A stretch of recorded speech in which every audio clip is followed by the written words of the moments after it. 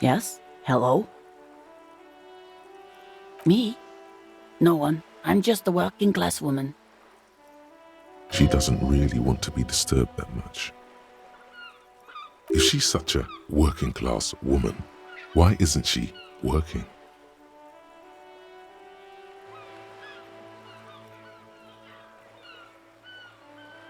Not all the time. Right now I'm browsing books. Even a working-class woman needs something to read.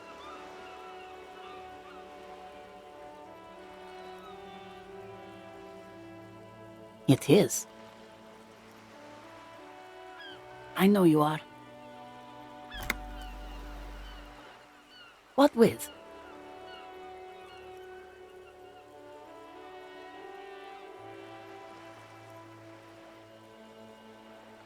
Her hands move over the book covers.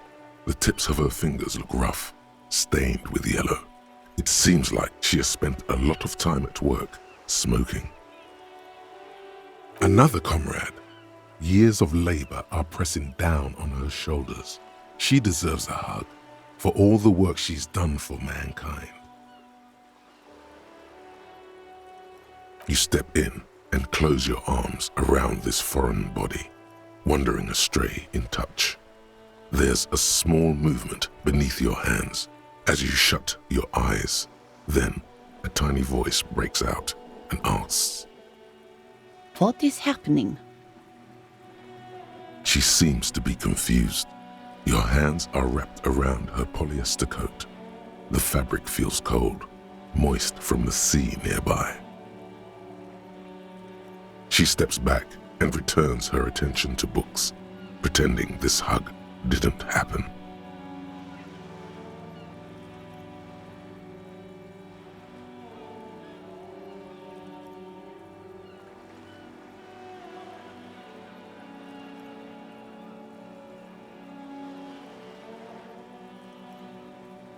My husband? No, he's not.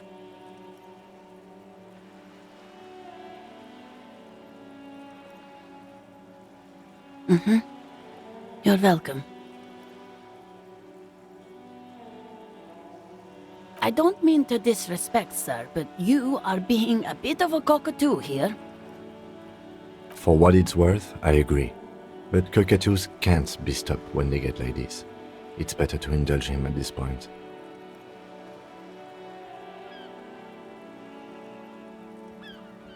I don't even have a cockatoo. And guess what? It's a trap. Never ever say what. Great.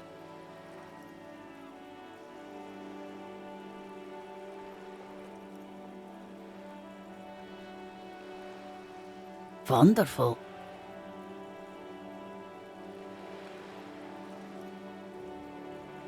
The woman before you nods and returns to her reading.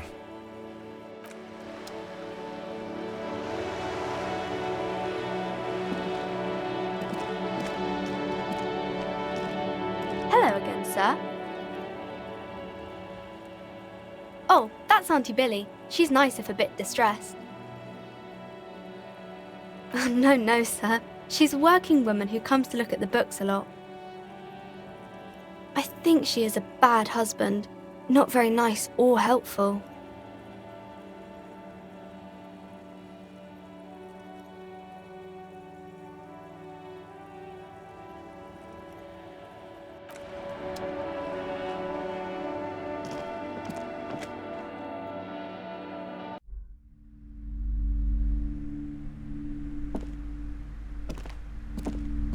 A small mountain of colorful board game boxes.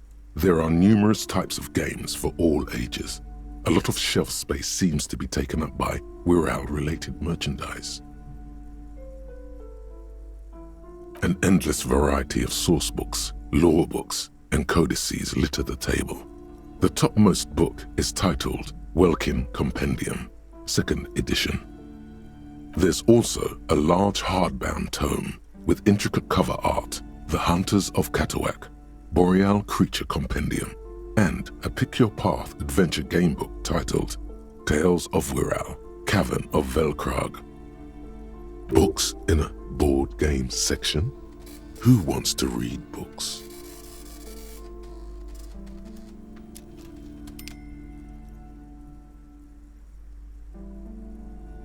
There's a box that says Wirral, 3rd edition Mega Setting Supplements Module. The side panel notes, a fantastique adventure board game, new maps and miniatures.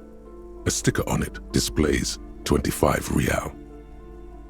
That price is steep, but then it's the 3rd edition Mega Setting Supplement, so it makes sense.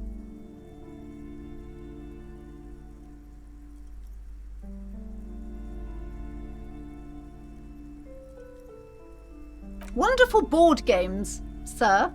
The Viticulturist is a classic for sure, or perhaps you'd like Archipelagos of Insulinda, a very educational game for those interested in geography. Browbritter is a fun game of economic competition, but can get quite intense after a while. We have games for the whole family. You can play with your children. Who are you going to play board games with? Do you have friends or family?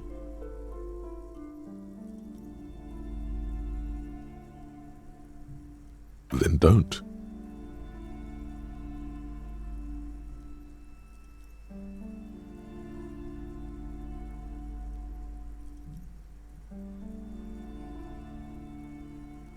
Then you're a lucky man, officer. Children are the greatest of treasures. For playing with friends, I'd recommend Suzerainty. It's a civilization building game where you build a civilization, then set off to brutally colonize and repress other civilizations. It'll cost 12 real. Lousy auras there. No, role-playing games are popular among those types. You know, who are into those kind of things. Personally, I don't like it. Not at all.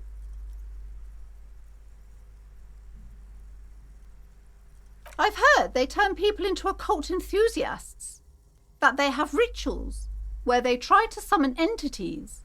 Highly immoral stuff. You can still buy them, though.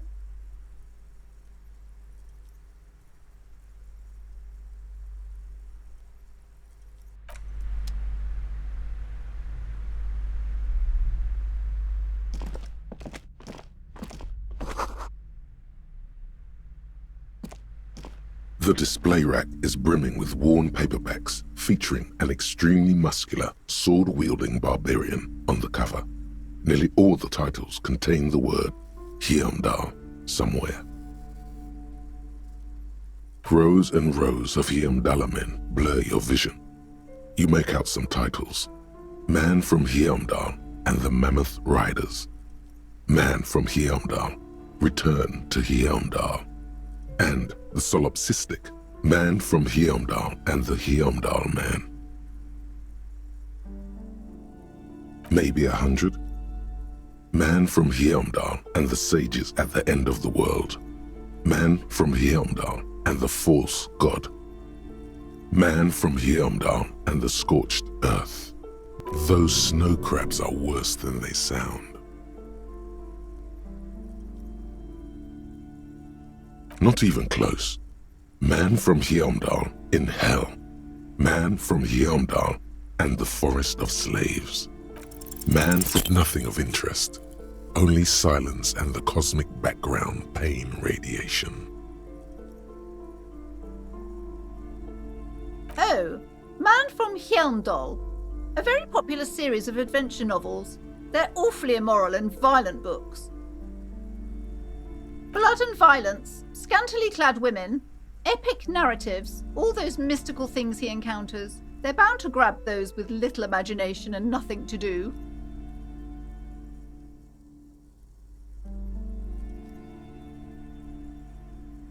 What does it matter? They're all the same. However, the customer is always right, they say. If you're a novice of the series, I'd recommend Heimdallaman, the Man from Heimdall. It's supposed to be a good introduction to the series.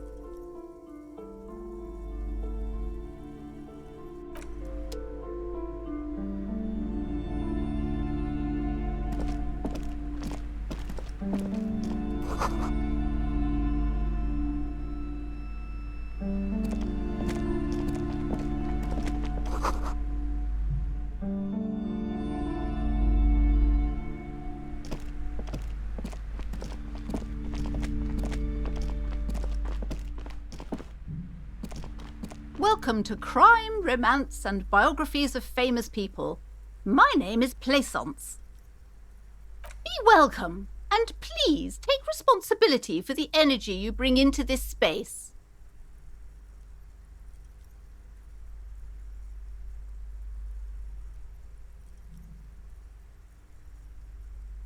I am the proudest owner of our little shop of culture.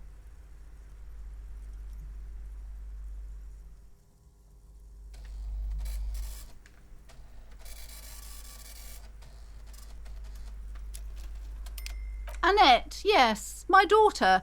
I hope she wasn't slacking off again with her nose in science fiction. Tell me, was she at her post doing her job like a proper girl?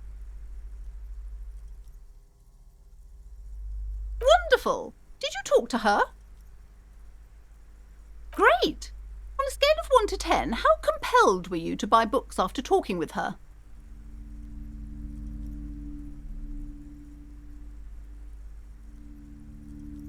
Come now, it's not personal. It's about proper sales practices and market research. I expect an answer. My precious, her dedication brings joy to my heart. If you have children, I hope they turn out as great as my Annette.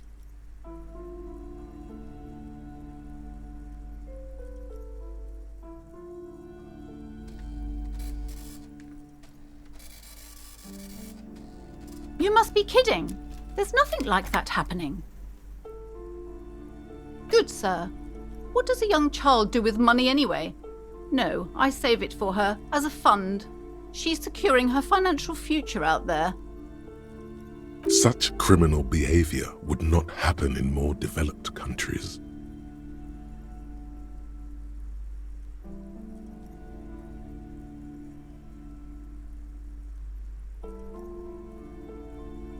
Those countries will realise they've raised a lazy and spoiled generation.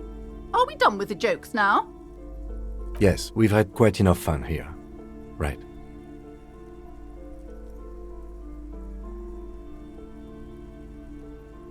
The woman before you scans the store, her shoulders rigid and tense. Every now and then, she nudges her glasses. Cursed? Who said that? Annette? I will have a word with her. This place is not cursed. It has a robustly magnetic energy. Good for commercial activity. My business is thriving, sir. What in God's name is she talking about?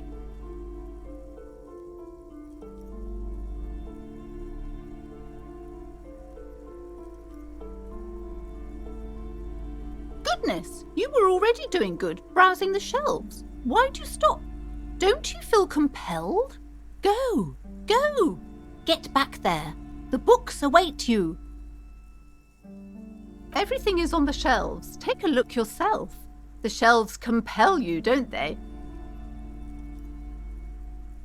She smiles and nods, seemingly relieved. A fridge? No, I don't know anything about a fridge.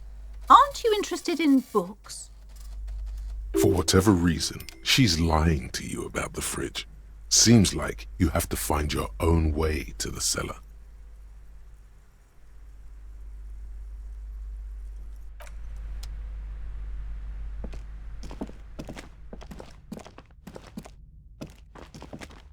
You see a set of tattered curtains blocking the way to another room.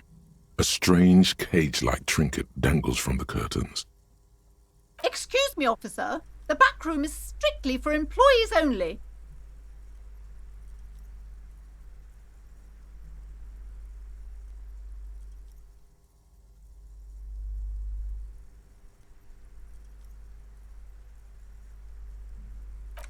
You see some kind of charm, an irregular polyhedron assembled from bones, sticks, and straw.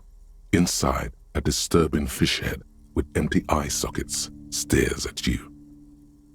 This is a traditional Seminese ward, meant to provide protection against ill luck, bad dreams, curses, and other supernatural scourges.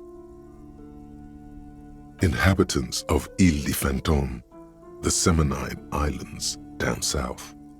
Aside from poking at it suspiciously, there is nothing else to do with the fish head charm at this time. The curtains remain shut before you. Nothing. Now please go back to browsing the books. Don't you feel compelled to look at the books? The books are all you care about. She speaks almost as if she's trying to put a spell on you, urging you to buy more books. Oddly enough, the more she tries to draw you away from the curtains, the more alluring they become. Just as you're about to pull apart the curtains, the petrified voice of the shop owner cries out once more. Sir, don't touch that. I told you it's off limits for the customers. Parapsychologically speaking, we're done if you decide to open them. I won't be held responsible for the consequences. It's too dangerous. She looks away, mumbling. Why is everyone always messing with the curtains? Why can't they just buy books like normal people?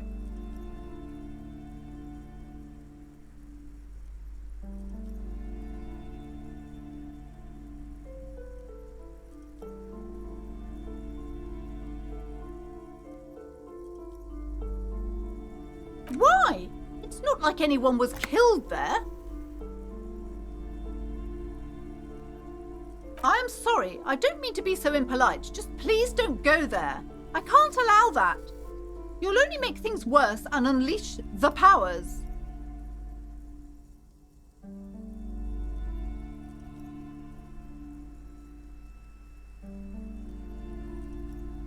No, it's just a storeroom for the employees, I told you. Now please step away from the curtains.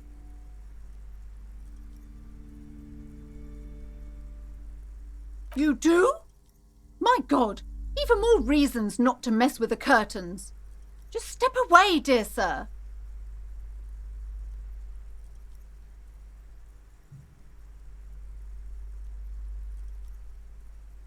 Thank you. Let's just talk about this first, all right? There's no reason for you to venture into the unknown. Talking is always good. Go see what she has to say. Lies. Rip them open, we say. There is something mysterious about the curtains. Be careful. The curtains, tattered with age and covered in dust, hang before you, as if taunting you.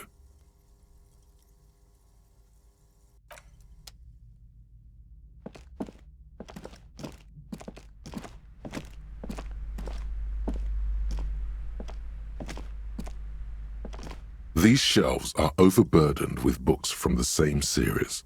You see the name Dick Mullen over and over. Crime fiction is a disgrace, an asinine misrepresentation of the physical attributes of the arduous everyday work of actual police officers.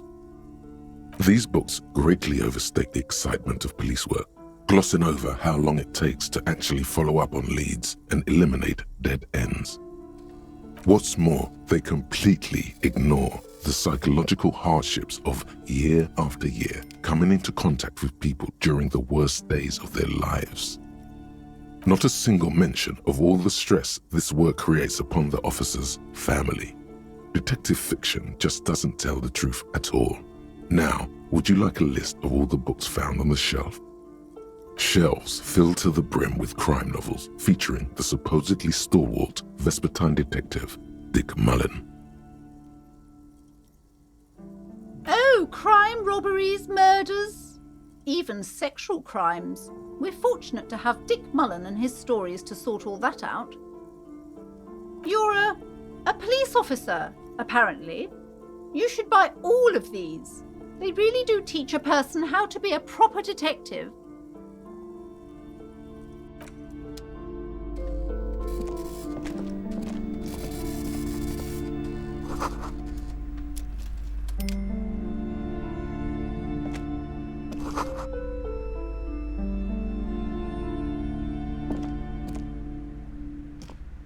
The plaque on the shelf reads, "Biographies of famous people." You see a large variety of names, none of which ring a bell. Browsing through all the books with all their names makes your head spin. None of these seem important or relevant. It's all just vapid egoism. Suddenly, a particularly odd title catches your eye. It reads, High Speed Love, the tragic true love story of Jacob Irv and Alfie Delatraz, by one Cecilia Averbrook. High Speed Love chronicles the romance between two of the finest tip-top tourney racers in history. One of them is the madcap driver, Jacob Irv. His blonde mane graces the cover. Next to Irv's life story, you see a slim biography of an Occidental rock star called the Anti-Star. He's famous for shooting morphine into one of his eyeballs and cocaine into the other. Next to that, Rivasholian radio personality Guillaume Bevy stands in front of a run-down drug den. He's a permanent fixture on Channel 8, reporting on real-life crime and ruining cops' days. I really must insist you buy one of the books. Reading them is not for free. Do still browse, though, but not too long. I'm sorry, I did not mean to rush you. You are browsing. Go ahead. Take your time. Time is commerce. I would say... The Greatest Innocence. Yes, most certainly. It's an important educational tool delving into the depths of history, religion, and their relation to innocentic power.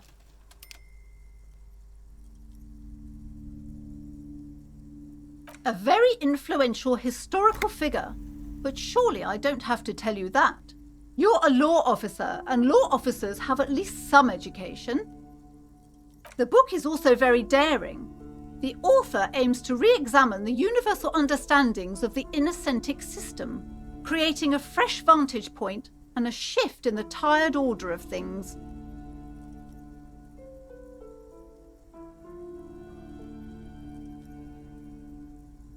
Certainly, it's prudent for a person to have at least an elementary understanding of history and society. Imagine the chaos we'd be in otherwise. You feel like you should get this one. Definitely. It's important somehow. There's something personal inside.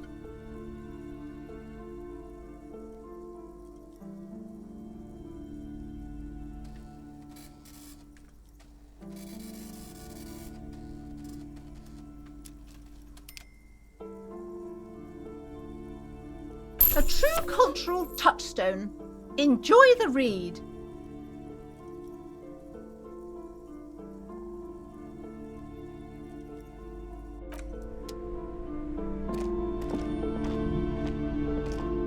Several maps have been attached to a bulletin board hidden inside the alcove.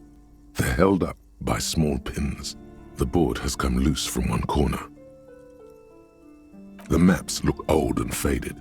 Your eye catches a map of Insulinda, a map of Revachol, and a map of Martinez.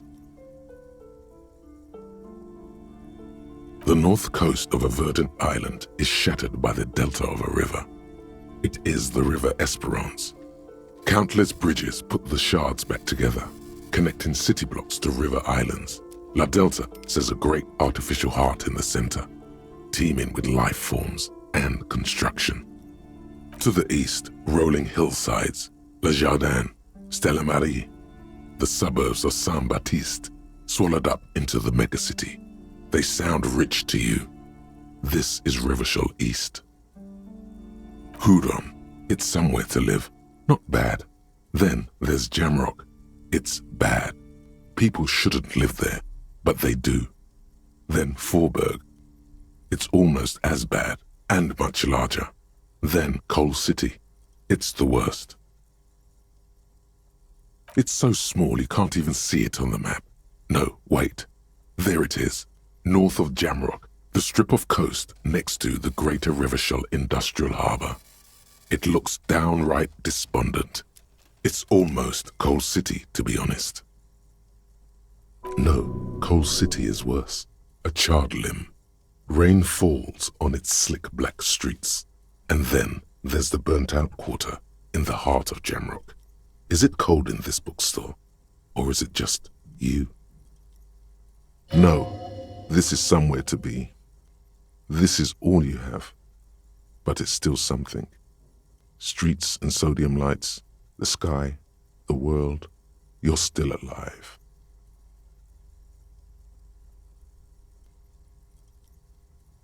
This large map displays archipelagos. You see a constellation of small dots on the light blue emptiness of the Insulindic Ocean. The largest in the northeast is La Caillou. You are here. Another far away in the southwest, Seminese Islands, Ile de Fantôme. Ozon, Laurentide, Fas à la Mer, archipelagos, North Arcade Islands, all just specks of dust on the vastness of the Insulindic. On the edges of the map, the color fades into a blur of dotted lines, black and white, disintegrating into mathematics. In the northeast, a dust mite stands on the north coast of Caillou in a bookstore. It's you. Radiating outwards from you, the suzerain Revachol. With a radius of 80 kilometers, still, the crown jewel of this Isola would be barely visible. You can, on Caillou, Revachol, a single black star, on Ozon, Fondelier, and Vilmandu, on archipelagos, Croyan Moran, Villiers, on Seminine, Olduvai, and on Laurentide, Deora of the Seven Seas. 850 million people live on these little dots, an oceanic world of culture and commerce torn apart by history. The ocean breaks apart into a tangle of cosines and azimuths, all pointing into pale nothingness. Mwindi is the north azimuth. Grad is the northeast azimuth. Samara is the east azimuth. Seo is the west azimuth. Isolas, they're called. Connections to other worlds, words past the Insulindian, unknown to you. You only know you've never been there. You have little idea what they are. Distant stars, gods, but looking at them makes you feel almost non-existent. Whatever they are, the Isolas are immeasurably large compared to you, and very, very far away. It's not really a map, it's a tourist thing. A picture postcard with buildings on it, drawn from an isometric perspective. A date in the upper right corner says 48. Still, it's detailed. Could be pretty useful for scouting ahead. You see the jagged boxes of an industrial harbor, even the whirling in rags there. I'm sorry, officer. The map of Martinez is the only one available. The other two are not for sale anymore. And besides, you could scarcely afford them. They're quite valuable, though they might not look it. The map of Martinez is 90 cents, though. That old thing? It's an out-of-date map of a tourist location that never was nor came to be. From when some design studio people tried to spruce the place up 4 or 5 years ago. They also renovated the horse statue, set up those coin-operated viewers, and designed the new street lamps. The place does not look like a successful tourist trap, does it? They didn't get that far, for some reason. A shame the project never got going. Would be nice if someone fixed Martinez up. All these ruins are bad for business. Slowly, you move your hand toward the map attached to the board. Before you even reach the map, you're interrupted. Perhaps not. It's against RCM policy to defraud small business owners. Always good to be informed of your surroundings.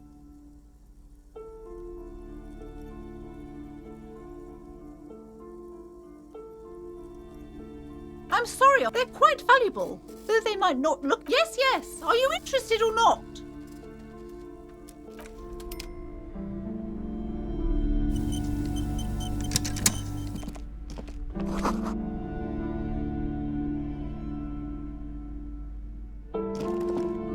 This bookstore is not strictly about crime, romance, and biographies of famous people.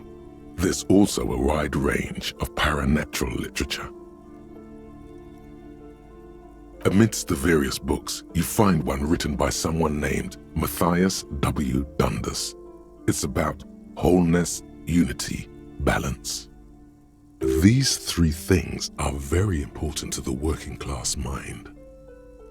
The point of the book, and many others on this shelf, is to give people medicinal advice in situations where they don't have access to paid health services. It serves platitudes, while also telling everyone that traditional medicine, the kind people don't have access to and which costs more than this book, is garbage and would only give you cancer anyway, without even curing your cold or anything. Wholeness, unity, balance, on the other hand, can basically take care of anything, though it is important to note, when it's up to your mind to heal yourself, then it's because of your mind that you're ill in the first place. The book features chapters on topics such as how to find magnesium. It even lists plants you can harvest magnesium from. How to continue drinking if you're an alcoholic who has destroyed his liver. And there's even a chapter on the ancient Seraïs tradition of using duck gallbladder preservatives to treat and prevent sexually transmitted diseases. Pre and post factum apply. Nothing worth buying. This is just mundane garbage. What's even paranatural about this?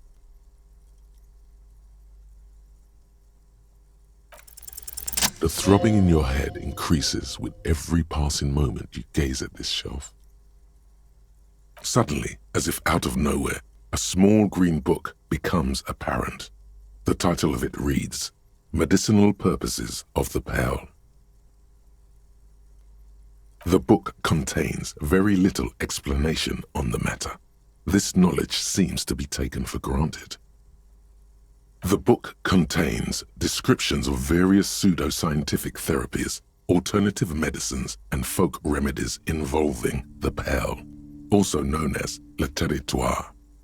For example, it recommends vigorously swatting one's naked body with a venik or hand broom, made from the leafy twigs of a young birch tree from the near pearl. It is supposedly invigorating and good for the circulation. It also recommends consuming distilled spirits like vodka or whiskey that have been aged in the pearl.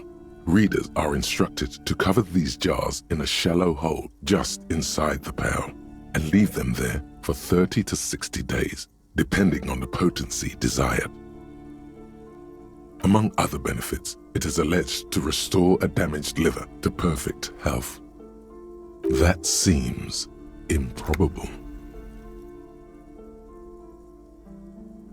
Is it any more improbable than anything else that human beings put their faith in?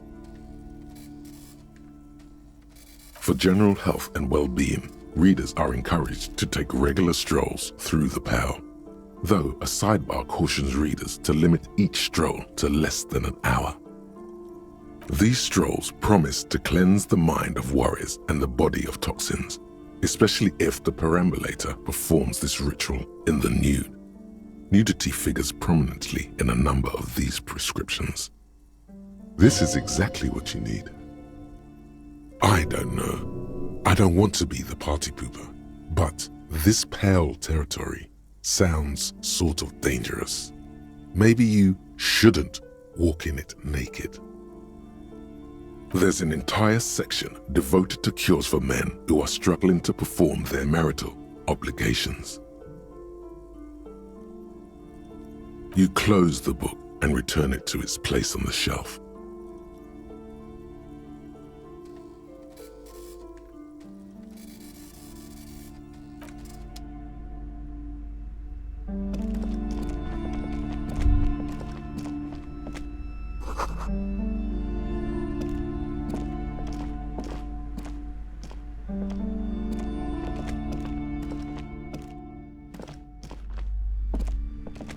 Hello again, esteemed officer, and welcome to Crime, Romance, and biographies of famous people.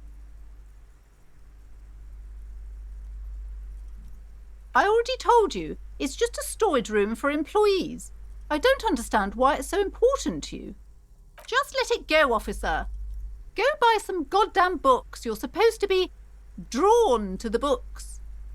She recites it like it's a poem, or like she's playing a role she's grown tired of.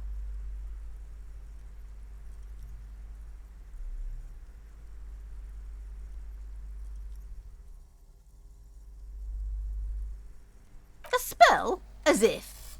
This place doesn't need any spells or hoodoo mumbo-jumbo. This place has wonderful energy. Okay, fine. It's because this place is cursed. Just like Annette said, they don't call it the doomed commercial area for nothing. Are you happy now, officer? Happy that you've ruined everything?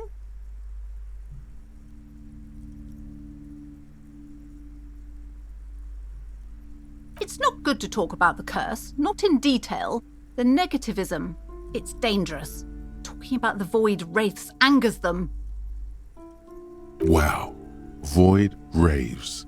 You have new words.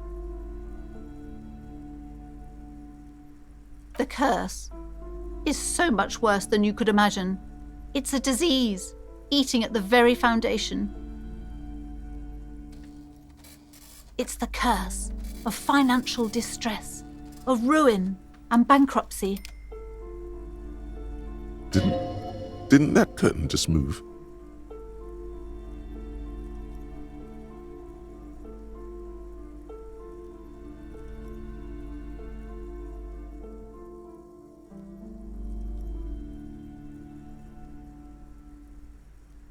But officer, there's nothing natural about entire companies declaring bankruptcy.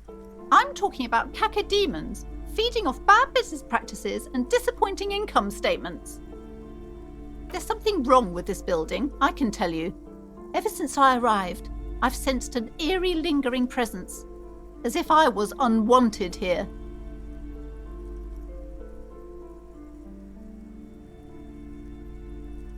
Yes, I've contacted numerous parapsychologists and even a pair of Simonese mediators. They provided me with the wards. The wards help to keep the doom at bay and protect us against the darkness that lies further in the building, even though now I fear it's not enough. Oh, this? No, it's a special Himian amulet, blessed by desert pygmy shamans, with a spell of compulsion. It's to compel people to buy books. There are numerous spells cast throughout the store. I had the books anointed with a different inducement spell, for example. It's guaranteed to boost sales 15%. Desert pygmy shamans.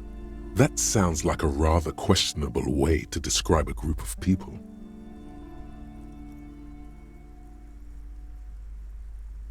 Most certainly not. I don't want anyone who's not familiar with the psychic arts to get involved in this mess. Stay away. Leave the spirits be, so they can return to their slumber. My liege, you know what this case calls for? A para-detective.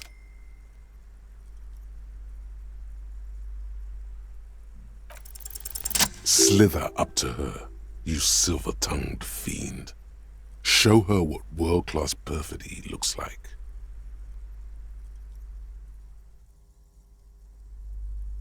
Are you sure? Don't think I haven't seen charlatans before.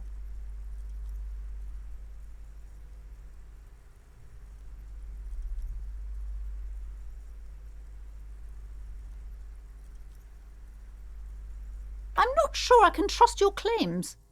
Honestly, you look like a bit of a drinker. I'm sorry for being so blunt, but... Hey now, hey. You need the booze to focus, all right? The lieutenant keeps his usual stony calm. He silently picks out his notebook. Go ahead then, rock her world, he thinks. I'll compose some notes.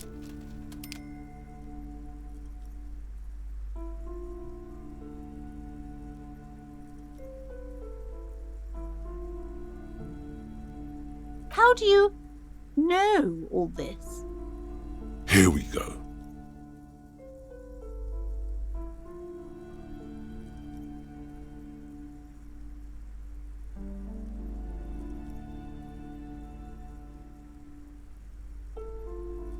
I should have realized. A pattern lies within the fabric. The hand of fate guides us. Our meeting couldn't have been mere chance. Perhaps you truly are the one to deliver this woman from the doom. But I am not the only one at risk. I have to think of my daughter. You are certain you can help us? Keep us safe? I can't allow any collateral damage to hit us.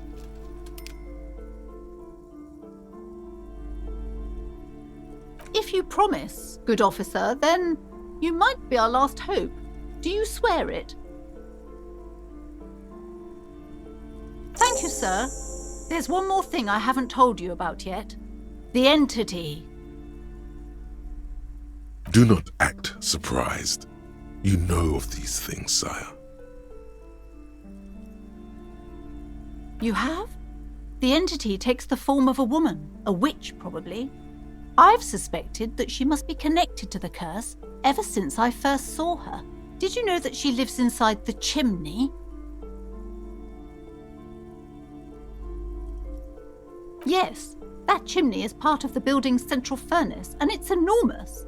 She has barricaded herself behind some metal security curtains. God knows what she's doing there. Some unnatural magic, I assume. You should go find the entity and ask what happened to all the companies in the building. What is the source of this curse? Here's the key to the warded door behind the curtains. Take it. Oh, and please do return to me after you've looked round. I'm quite anxious to know what she has to say about the curse. What you discover in there. Unbelievable darkness and ruin. What you discover? Probably just office space and the damn fridge. Don't be scared. Okay, but please, only a few questions.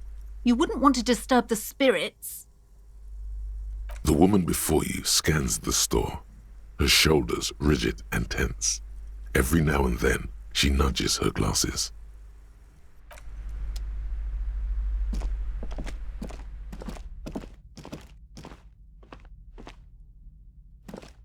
You see a set of tattered curtains blocking the way to another room. A strange cage-like trinket dangles from the curtains. You see a dimly lit room full of dusty furniture and trash. A doorway stands in the back, covered in dozens of scary little Seminese wards, your shadow looming over it like an omen. Oh!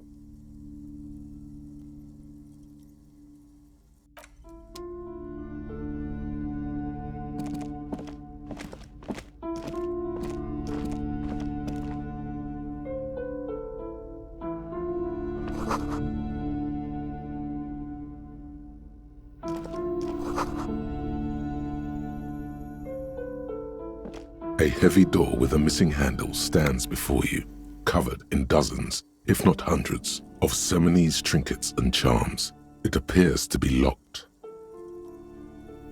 Only an echo. No one is there. After exerting some force, you manage to turn the key.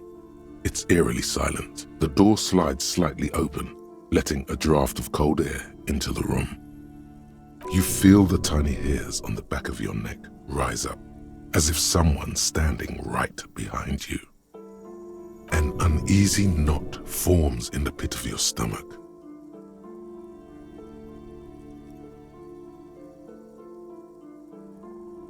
Outside, the wind howls in from across the bay. The building at Rue de Saint-Ghislain stands like a matchbox on its side, with men inside like little wooden sticks ready to catch fire. A panicking woman squeezes the pendant around her neck until it leaves a mark inside her palm. A man, a few meters away, stands frozen with a key in his hand.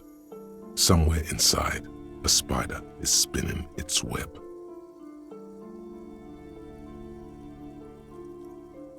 Detective, you're the one in charge.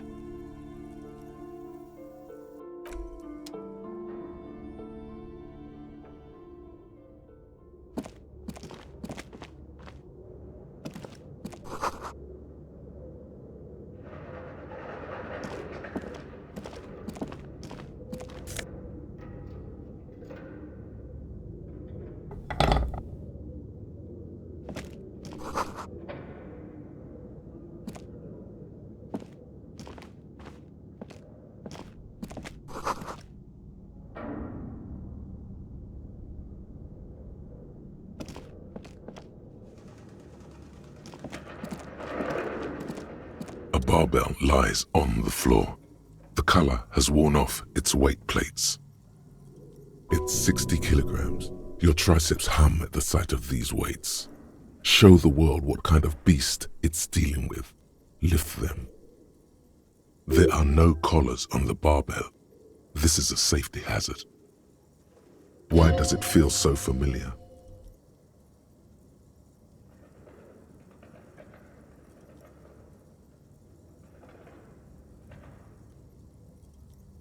No, it's not that. It's the stale smell of rubber, the squeaky sound of sneakers, your bruised knee against the mat, and a whistle. Then the feeling is gone. It's just a memory. A memory from another life, when you were young and fit. You're right. The weight may fall off. Better not touch it then.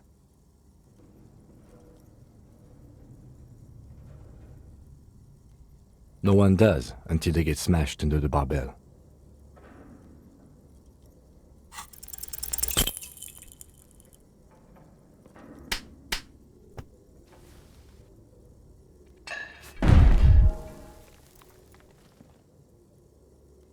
You manage to hoist it off the ground, but the barbell feels wobbly and dangerous. Your hands slick with sweat. Turns out you're no beast, just an old man with bad form. See? See? This place is cursed.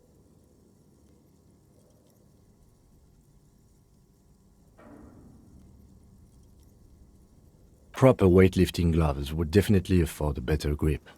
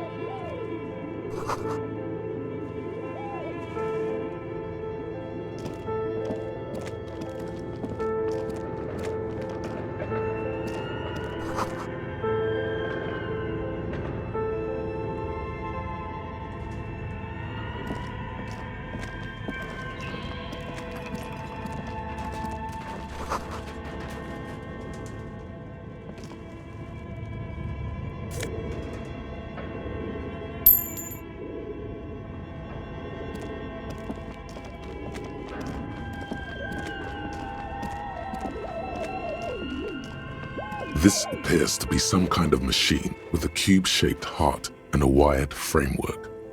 The keyboard has a rectangular on-off button. A piece of paper still hangs from the printer. A radio computer. Just sitting here without anyone inside. But we are looking for a fridge, and we are pressed for time, so... On the other hand, it's not that I'm not interested in abandoned radio computers.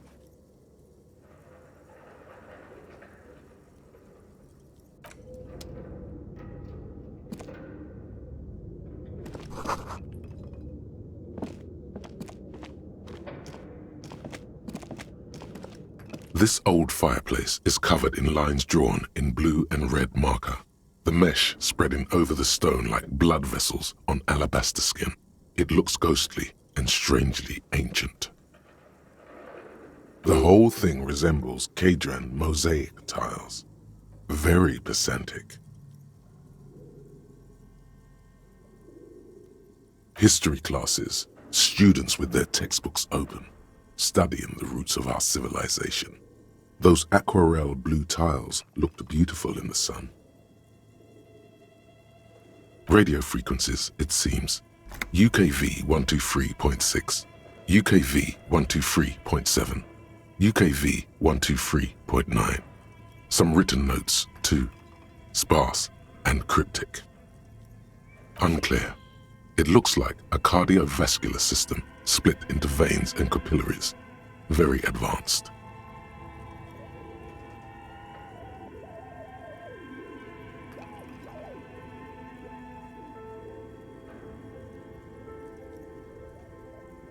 You think so? The web is comprised of radio stations, all lead back to one red heart, titled The Game Master Frequency. A note says, this one can listen in on any station it wants. Looks like a surveillance program. Someone very important. The leader of a massive on-air game built by these people. A conductor for the hundreds of story threads that pass through the Game Master's frequency. Whoever decides to call in to a call-in station, it looks like. There's no way a little basement studio working here could pull anything like this off. My God, it's as if the less money they had, the more ambitious their project became. The schedule. I know doom when I see it. The company was running out of funding. Nothing. It's just lines on marble. An echo from times long gone. No one has used the fireplace in ages.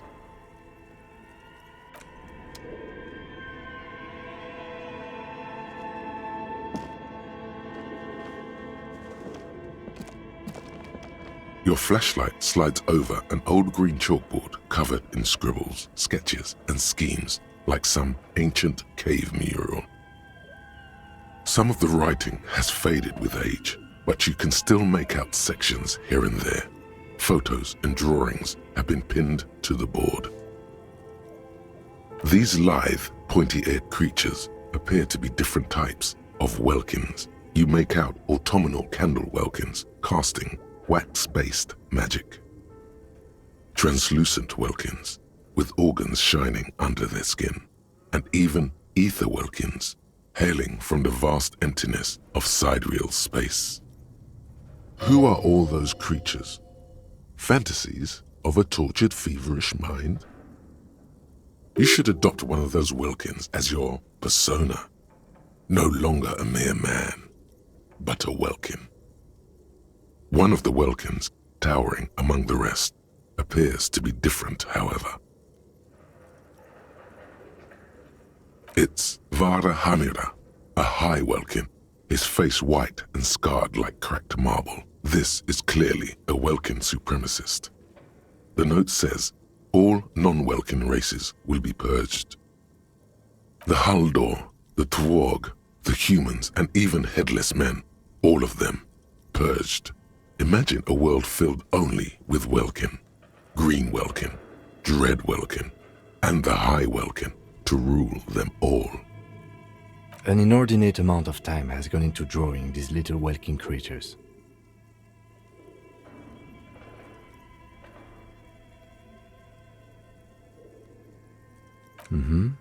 Political commentary. That one has a great beard too.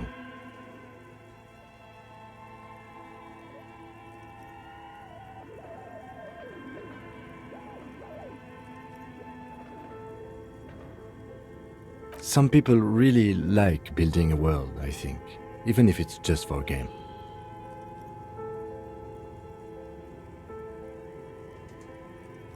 Just look at those details. So much effort. The photo collage depicts barren, icy landscapes wrapped in perpetual night. You see permafrost and glacial landforms, dead trees grown in under the snow. Entire oceans have been frozen from shore to shore. There are pictures of settlements on dried-up riverbeds, abandoned in a storm. Animal corpses in the dark, carcasses and bones. You see primitive oil rigs built into glaciers, boreal dvorg, yurts under the snow, great mammoth-like beasts of burden.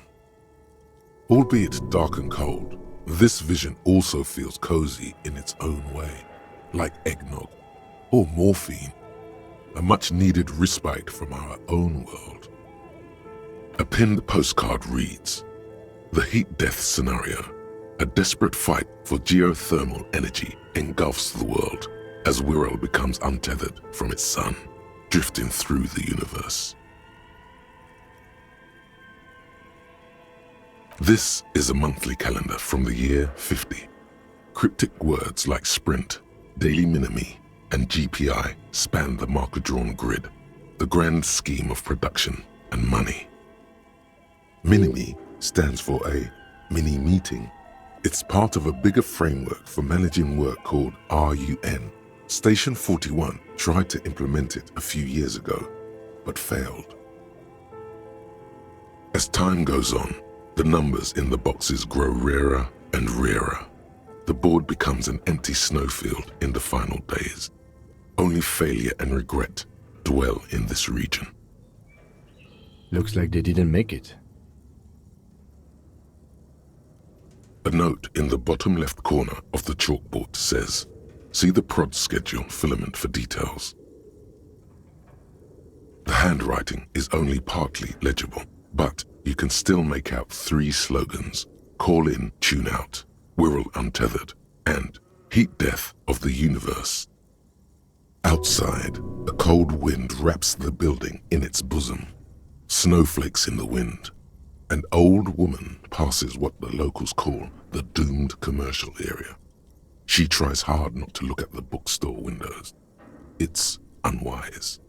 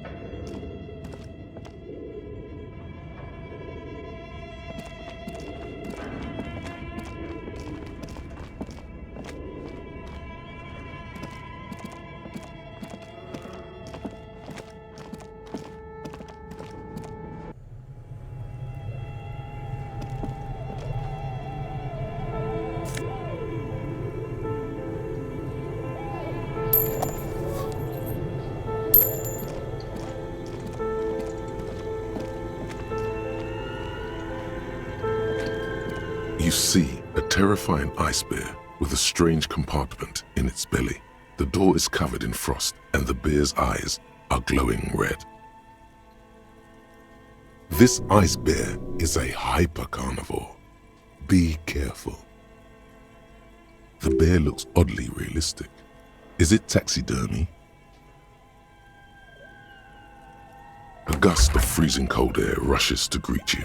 You hear a low grumble as the bear regulates itself. This is the inside of a refrigerator. The lieutenant takes a peek inside. His hand has found the holster of his gun. Of course, a giant ice bear-shaped fridge. Just what we were looking for. Let's see what's inside. The shelves are empty. All you see are crumpled ice cream wrappers with the brand name, Revachol Ice City. A handwritten note has been attached to the door. The fridge is huge.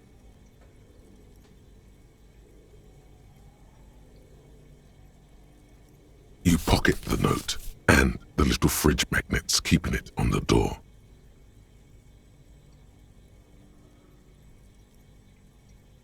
A friendly cartoon bear smiles back at you from a glossy cellophane wrapper. It looks nothing like the fridge.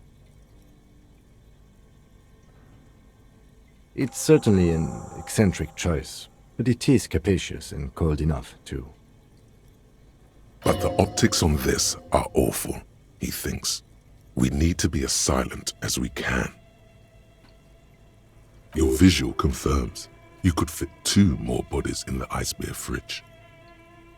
Shall we go and get the body, then? I'll take the head, you take the feet. The stairs won't be easy, but we'll manage. The body is heavier than you expected and stinkier. It takes half an hour to get it down to the basement, then 10 more minutes to stuff it into the fridge. The lieutenant takes a step back to admire your handiwork. Beautiful. A dead body in an ice bear fridge. This is some of the best police work I've ever done. You have created an ice bear sarcophagus.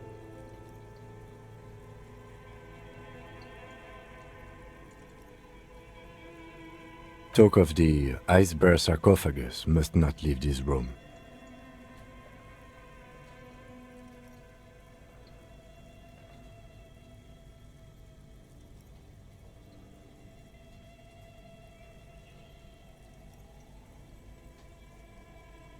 Did we though?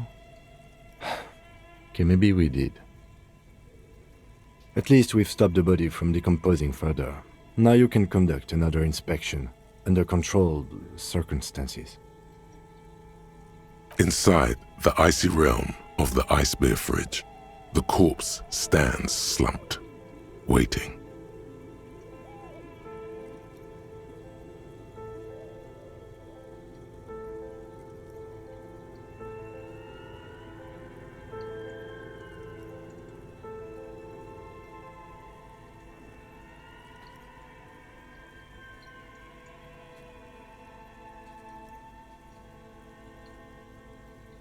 Good question. It looks like an ice cream fridge.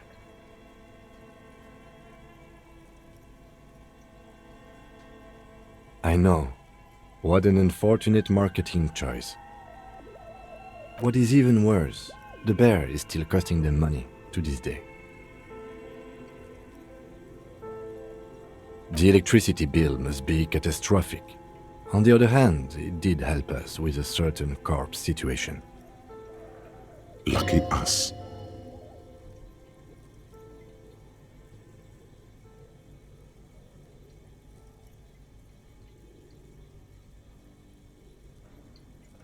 Shoot, Looney Rooney. I like it a lot, brother. This really is your finest hour. You're a genius. A regular Corporal Angelo. Oh yes, Cobo mi Lobo. In the gift horse's mouth. tracts and wakes and waterways, ancient materials buried. Just a small gulp away, my beloved Kobo, a small gulp away.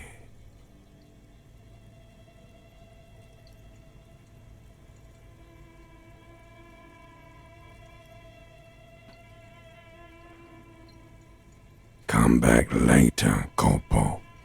Amuse yourself with my frank manners and my memento mori features.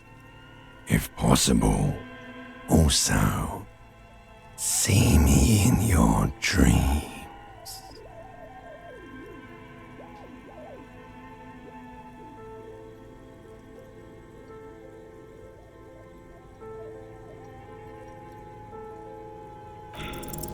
You touch the dead man's body. His skin is cold, light blue and silvery in the light of the fridge. You still have no idea where to begin, or what to even do with him. It'll come to you sooner or later. At least he's safe here until then.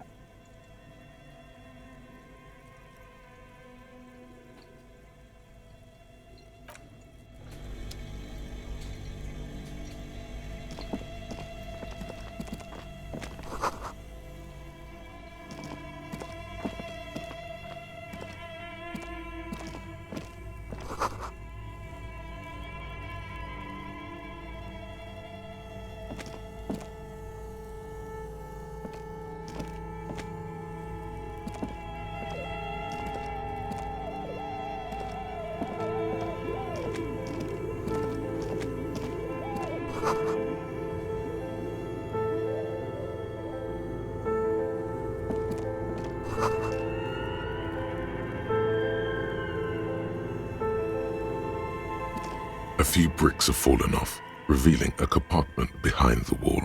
It's too dark to see in.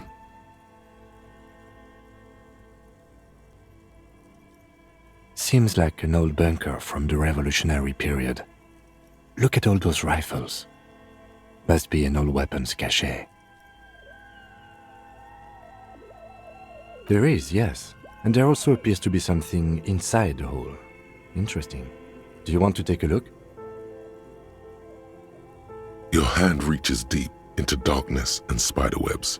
Rummaging around, you find rusty rifles hidden away. Are these any good? Most of them are rusty and inoperable, like the rest, but one catches your eye. A bolt-action model with a fine wood stock, in better cosmetic order than the others. That's a rare sight. Seems to no longer be functional, but still a beautiful thing in its own way.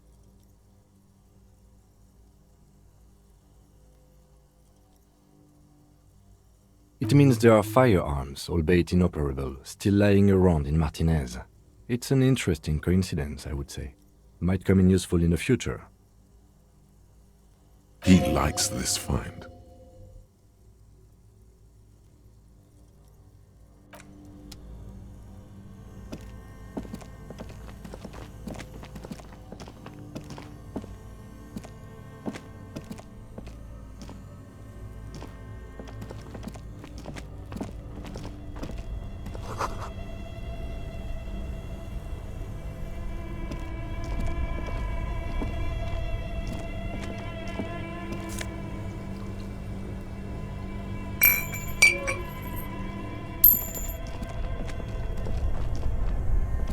Two cables are plugged into the breaker box.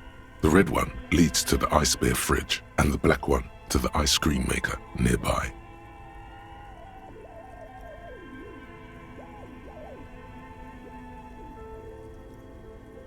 Something close to you dies with a soft electric purr.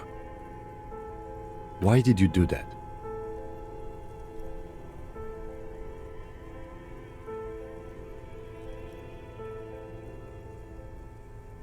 The lieutenant raises his brows, but doesn't say anything. The electric distribution board now has one cable missing.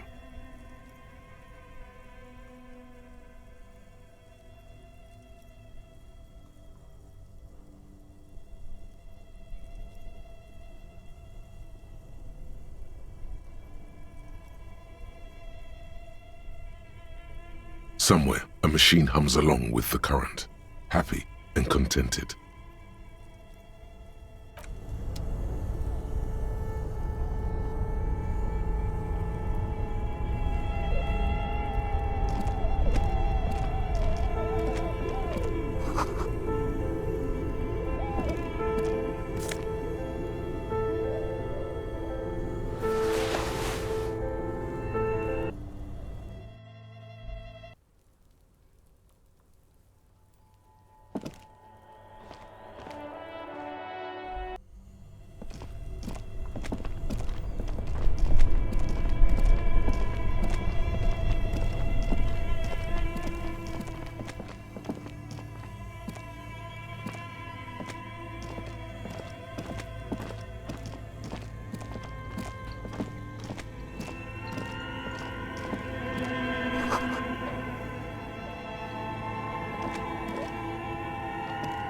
A thick layer of coal dust covers the furnace, coloring it pitch black.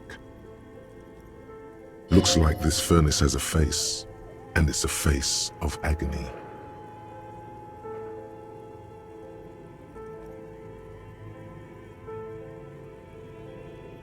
Looks like it. Looks like an old central furnace used to heat the building. It's connected to the chimney. No one has used it in ages. No signs of any recent fire. Only dead rats. It's dark and grimy here. In the darkness you can hear chatter. It's coming from above. A voice or several voices talking to each other. Near the smoke chamber, upstairs. What are you doing?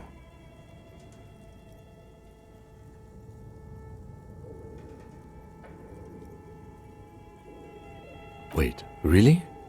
We should investigate, see if someone's upstairs.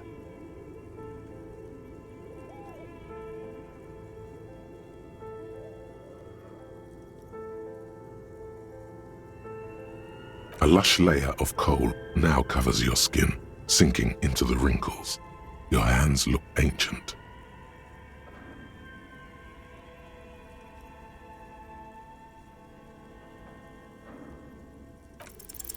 You muster all your strength and yell. Your dehydrated, hungover throat can produce little more than a dry croak. A lifetime of smoking and drinking will do that to you. The chatter from the chimney continues on as before. You seem to have made no impression on whatever's up there. Then again, maybe it's worth actually trying something up there. Maybe you should let your voice rest, officer. Try again later.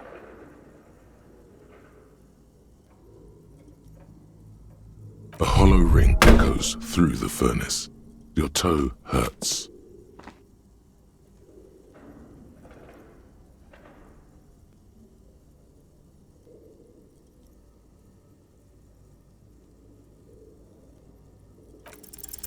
Something breaks loose in you. A mighty bellow echoes throughout the chimney's depths. The chatter of tiny voices above suddenly cease. Then,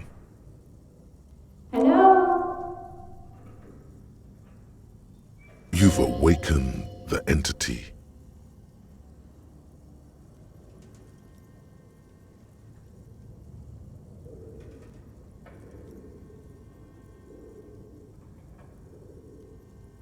Hello? Did you say anything? I can't hear you. Please come upstairs. There's a safety curtain on the second floor. I'll open it. You hear a low rumble upstairs, the sound of a curtain being pulled aside. After you, officer.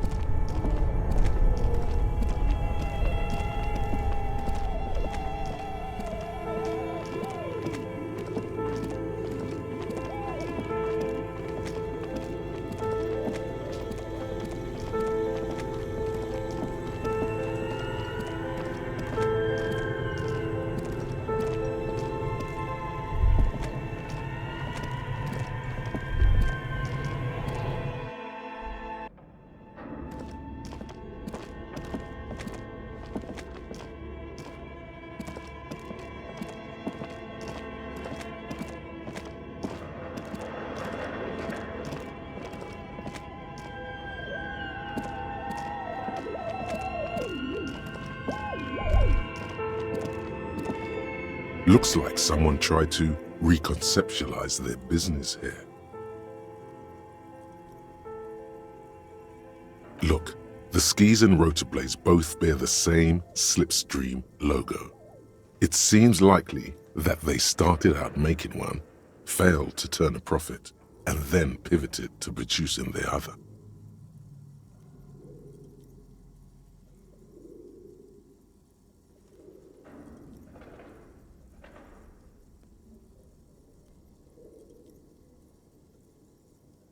That's a good question.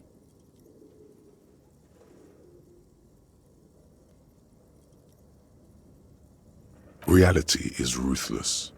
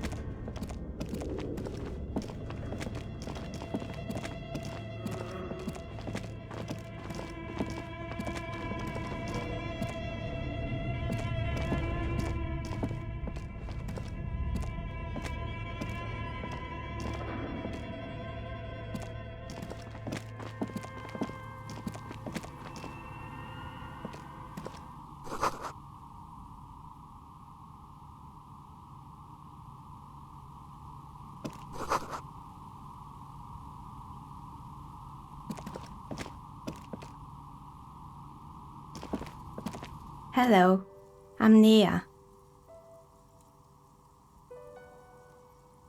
Did you try knocking on my window? I must have missed you. I've been listening to my Milius. So what kind of dye are you looking for? Could this be the malicious entity? Perhaps it's wise to go along with this masquerade for now. She's got a direct view to the backyard. You should interrogate her about the lynching.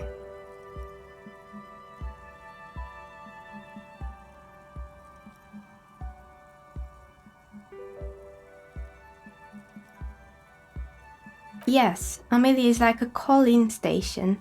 You need a two-way radio to access one. That's why I have these. Mostly, they just teach you to swear in different languages. But some of the stations can be quite interesting.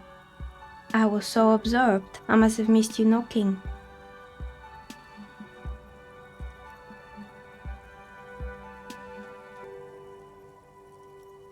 Then how did you get inside? By the south entrance? You know what? It doesn't even matter. What matters is that you're finally here. Let's talk dice.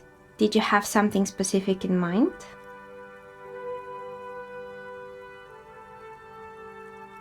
I'm a novelty dice maker. Tell me the name of your role-playing system and I'll make the die you need. That's why you're here, yes?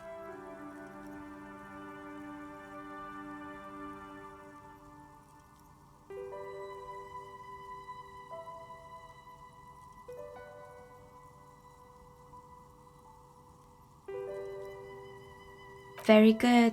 My rate is 10 real per set, unless you want something really unusual. Take a look around and see if there is any particular stone you want to use. It almost looks as if the stones and dice are a natural part of the room, growing out of the shells like stalagmites. No falsehoods are present. She's a novelty dice maker and doesn't have anything to hide. Ask what you need. How did I become one? It was a business decision. I was a regular jeweler at first, but that's an unfocused field with too much competition. Some of my friends were role players. They asked me to make some polyhedral dice out of cobalt. That was my first order. I grew it from there. Not especially. I like working with rare materials and a steady pay. And role players as customers? They're nice people. Some of those nice people have big bucks to spend on novelty items.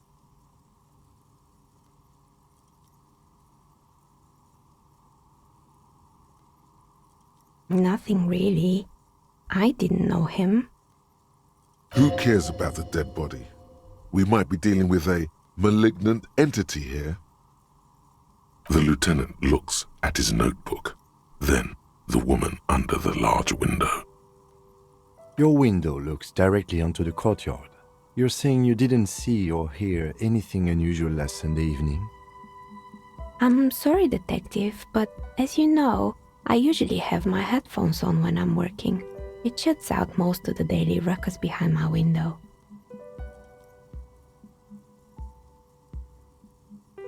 Well, there's always something going on in the Whirling's backyard. During daytime, there are usually those kids, and lately I've been seeing a lot of drunk workers hanging about. Must be because of the strike. She's heard of the murder, but did not see it, sire. But I never saw anyone during that fateful Sunday night, I'm afraid.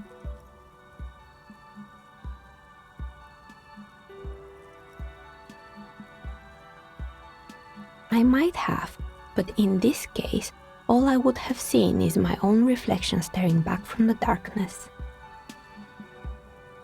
It's light here, but dark in the yard at night. It's really hard to make anything out in the yard when it's dark outside. Besides, I rarely get up to look out the window when I'm in the zone.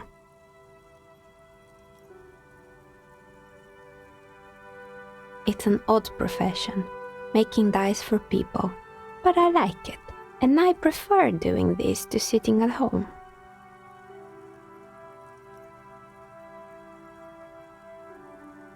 She nods. Anything else, officer?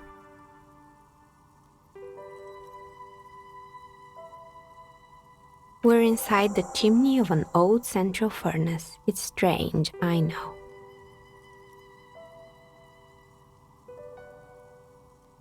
But when I arrived here, all the other rooms were taken, so I had to build myself a makeshift home.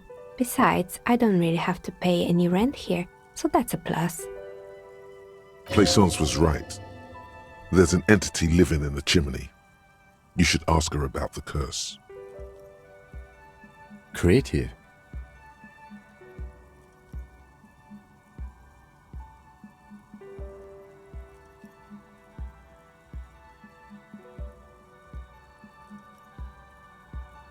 I've heard the stories, but I don't think those stories are true. It's just capitalism. We only hear about tales of success, so it's often surprising to realize how many ventures actually fail. Plaisance, the bookshop lady? I've heard that her business is doing rather well. Have the energies spared her somehow?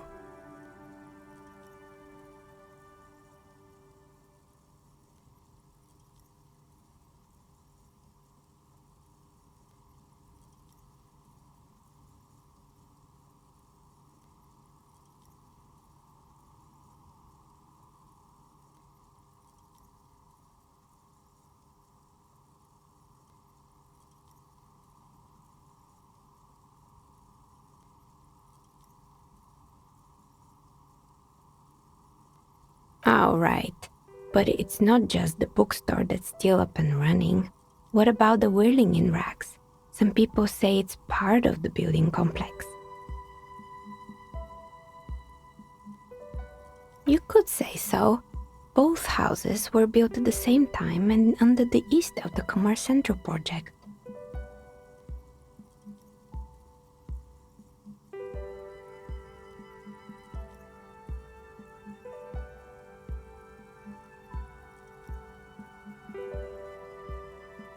And then there is me.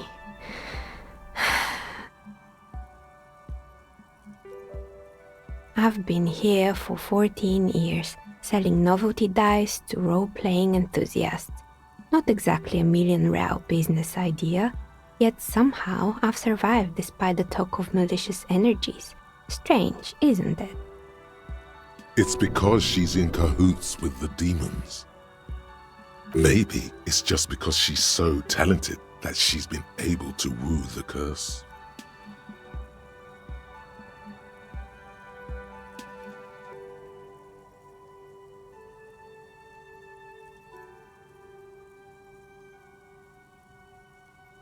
I was just about to ask, what do you think? Do you think the curse is real? The jig is up. The she-demon knows you've uncovered her true identity. Time has come to face the source. Fear not, for the forces of the universe are supporting you in this psychic quest.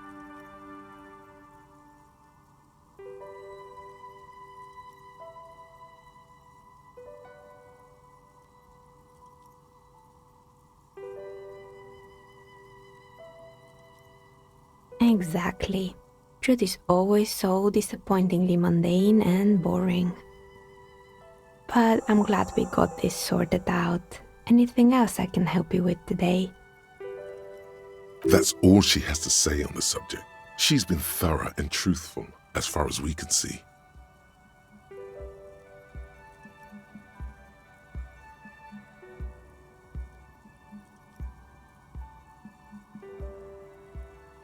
More or less.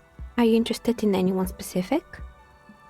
Oh, quite a lot of them spring to mind. Yes, I think it was called Androgynous Orlando or something similar. They weren't a big hit around here. Turns out that working class men don't like genderless haircuts. They're scared of that word. A bit of experimenting every now and then isn't bad.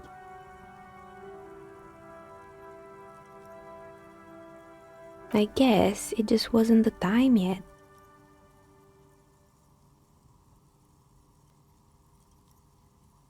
It wasn't merely a gym, it was Artemitep's Boxing Club, a community project created to steer at-risk youth away from drugs and crime.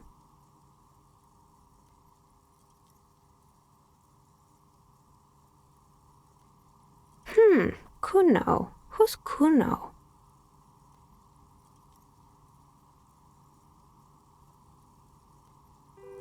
Oh yes, you mean the kid with the sailor's mouth.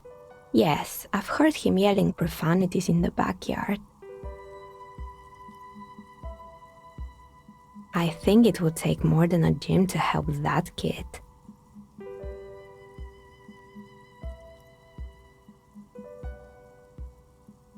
A kind man from Zemsk.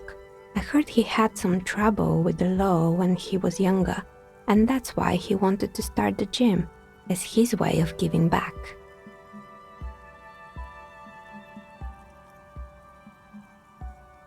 It didn't. If anything, it made the youth situation in Martinez even worse. At some point, someone started a rumor that the punching bag downstairs was full of amphetamines. You should have known it. It's not really full of that. No one would store their drugs like that. Eventually, the coalition took away the funding and the club went bankrupt. This was a few years ago. It's gotten much more peaceful around the plaza ever since.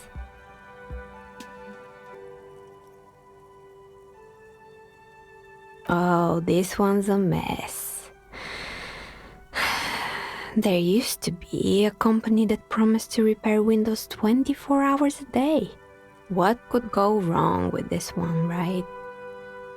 Turns out, the business was actually set up as a front for an illicit group that was producing snuff milias. Who would have guessed? What's a snuff milia? Trust me, you don't want to know. And they never cleaned up the debris either. Now it's just littering the hallway and I have no idea how to get rid of it on my own.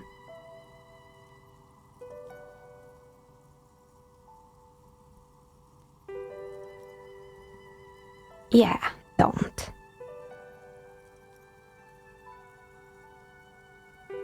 You mean Mr. Fabron, the taxidermist? No, he mostly just did drugs. But what drugs exactly?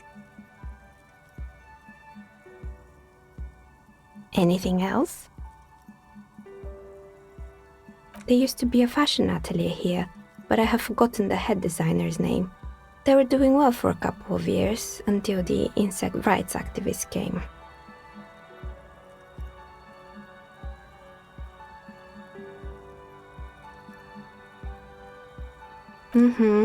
The atelier produced a certain collection that used chitin among the materials. Apparently chitin is made in the Occident, where it's extracted from beetle wings. And you know how all kinds of political movements are big in the Occident. The activists shut down the biggest chitin supplier, which of course caused the price to skyrocket. And, naturally, all the most fashionable tastemakers refused to be seen in chitin from then on. The atelier went bankrupt before they could finish the collection.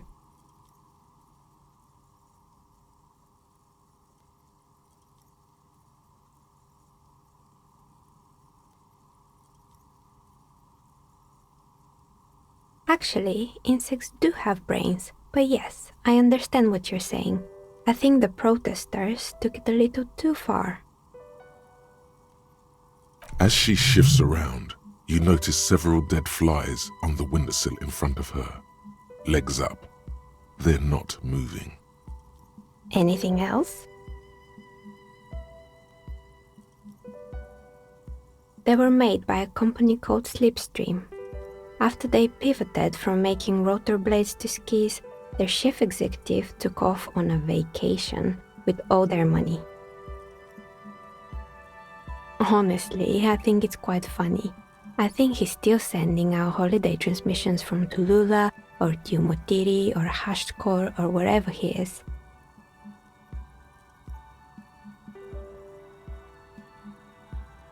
The usual, I imagine.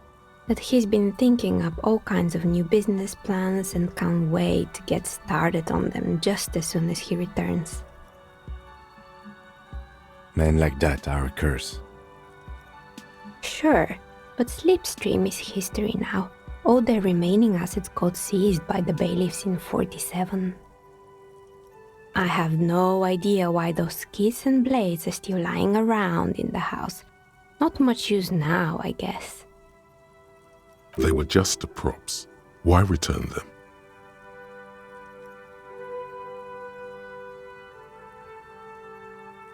Fortress Accident, the radio game studio.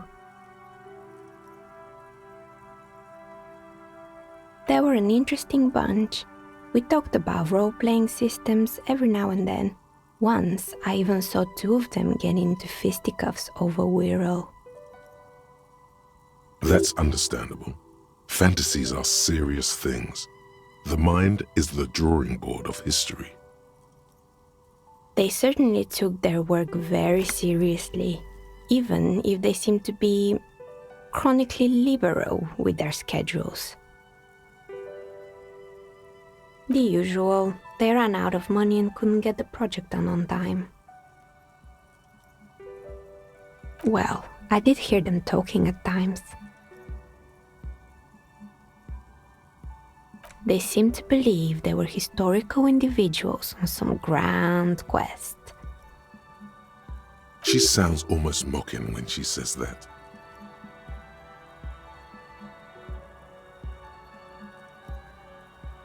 Yes, but when the money started to run out, they just began to complain a lot about capitalism.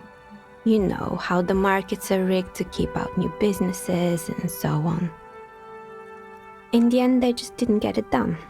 They didn't have enough willpower to produce something truly historic, and to show up to work on time.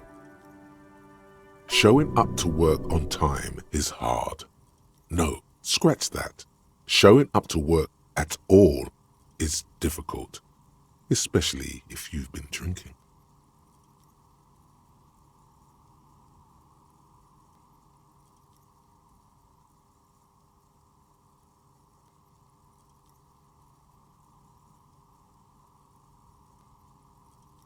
Not the wisest decision.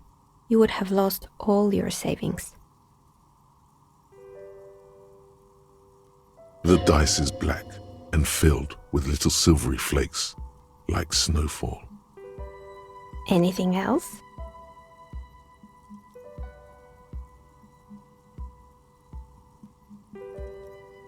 Oh, right. I hope you didn't try to ring me. I think none of those doorbells work, including mine. I'm still in the middle of connecting the wires. Sorry about the confusion. The doorbell with the empty name card must belong to her then. That's right. I haven't even written my name there. As I said, it's quite useless right now. It doesn't work yet.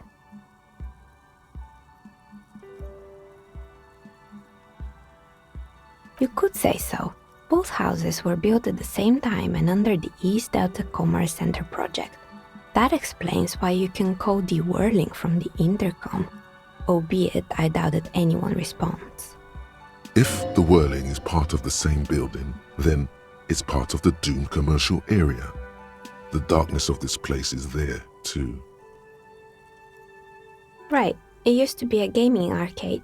This is an ancient failure, before my time. I'm not surprised, however. My advice: don't base your business on a fad. Hypnotism, floriography, trick-track, especially pinball. Agreed. Pinball is the worst.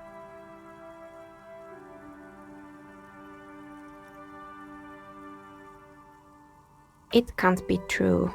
They don't work here anymore. They've been gone for years. Are you sure it was Slipstream SEA? Was it a woman? Maybe it was Plaisance from the bookstore.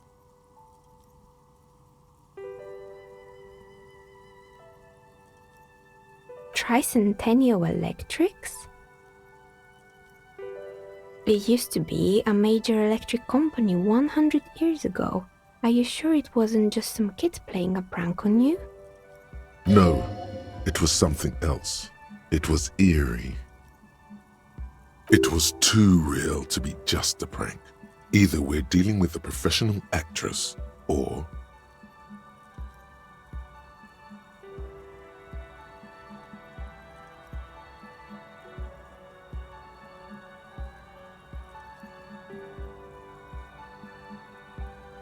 Pranks can be eerie. Oh, the kids these days. We were just one of them, and now they're terrorizing us. No solidarity. Sure, I'm listening.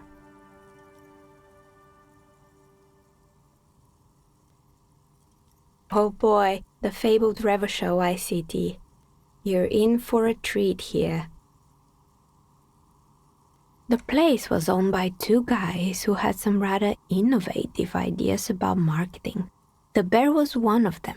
Now ask me about their other ideas. Indeed, what were the other ideas?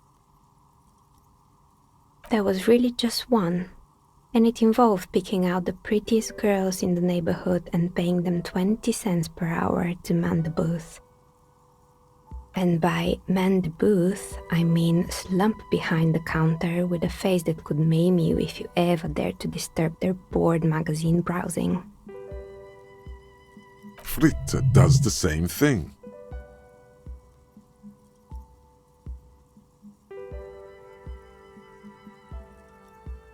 Employing silky teenage girls is a widespread practice, yes. Unfortunately, they always come in packs. I'm talking about acne-ridden girlfriends and gorilla-like boyfriends loitering near the shop. At least that's what happened with Revachol ICT. And they already had the bear. The bear. Of course not. The bear was terrifying. No one wants ice cream guarded by a hostile apex predator. To make matters worse, the fridge didn't work too well either, and half the ice cream came out malformed and partially melted. Eventually, Revachol ICT lost the price war to its rival, Glace 5000. Glace 5000 sold caramel sundaes for only 5 cents a piece, out of regular fridges.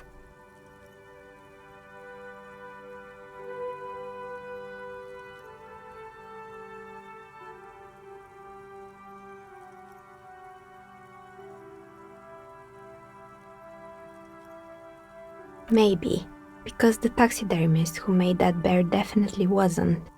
Doing his best, I mean. He said that the bear was his vision beast. He said he met his vision beast while high on desiccants. Called it Megatherion. Sounds cool. Scary, but cool. Megatherion, a mega wild beast. It's an imaginary beast that guides you through life by telling you to do more drugs, mostly. A wise and noble beast, guiding you toward the land where the streets are paved with drugs.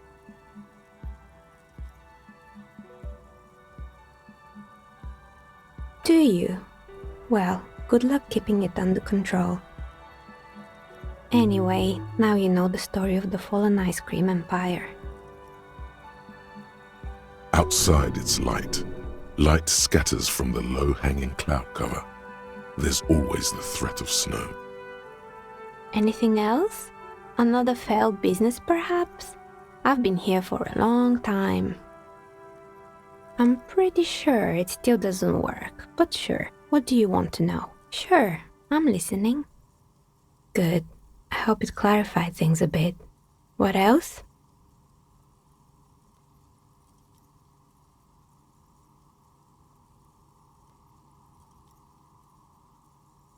Of course. Tell me what you have in mind.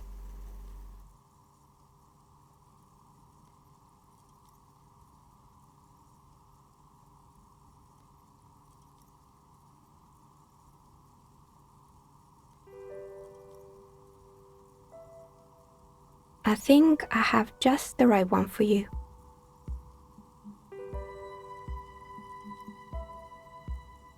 Police colors. Not the most original, I know, but sometimes the obvious choice is obvious because it's best. Here, catch. They're a gift from me. A beautiful woman tossing you a gift. Whatever you do, don't overthink it.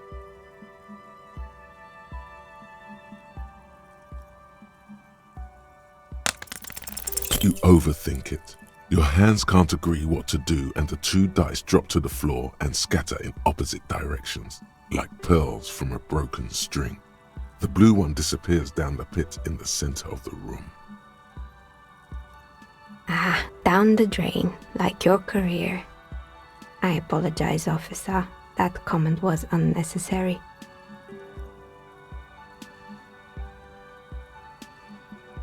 That one is made of bloodstone with a lapis lazuli inlay. The other one was the inverse. They were a set, you see, but now the set is broken. It's a shame. They might have brought you luck. You definitely need luck in Martinez. Is she pitying you? Good God, she's pitying you. Now, was there anything else? Of course. Tell me what you have in mind.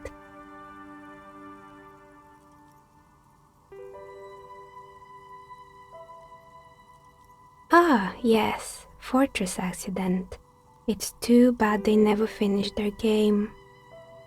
The Wiro Untethered die is a variation of a standard role-playing die, only instead of plants it uses motifs of ice and death, and loss of course. Ice, death, loss. Sounds like you. I'm thinking something made from alligator jawbone, cast in black resin. The reptile bone is as white as ice and dead as, well, death. For 7 real, I could have it ready in 8 hours.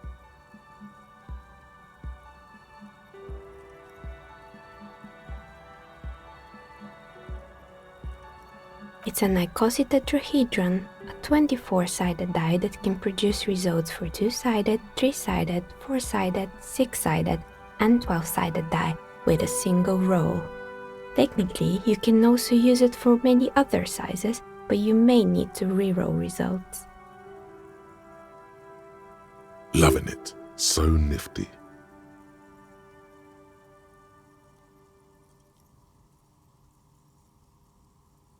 untreated bone is porous and prone to chipping. Cast it in something hard like resin though, and voila, it's perfect. Maybe you have some other ideas for dyes? What do you mean by cursed?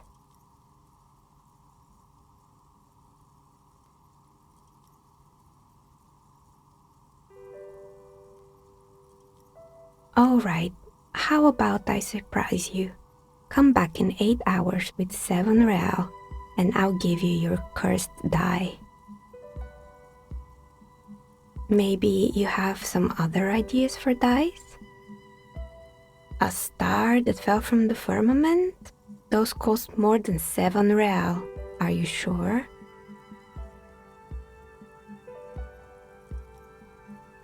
Alright, maybe some other dye then?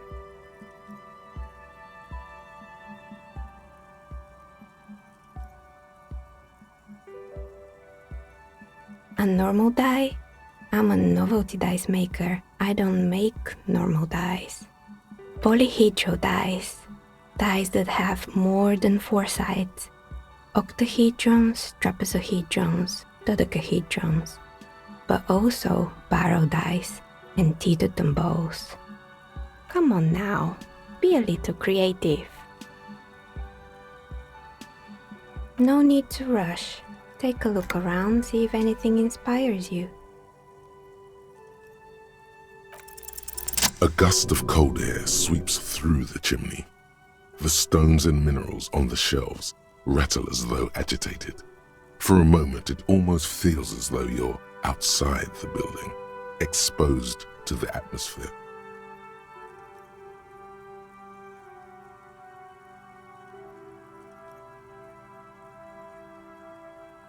Didn't we already talk about this?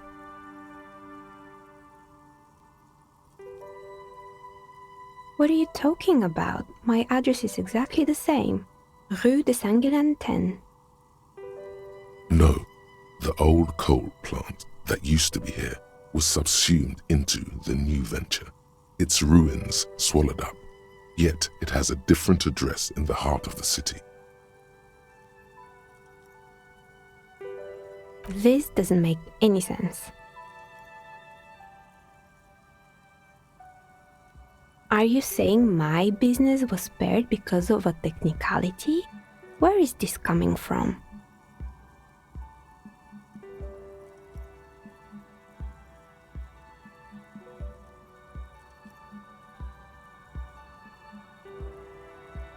And what? Does it mean that I'm safe from failure? Don't let her become complacent. She still needs to ward her soul against the evil forces.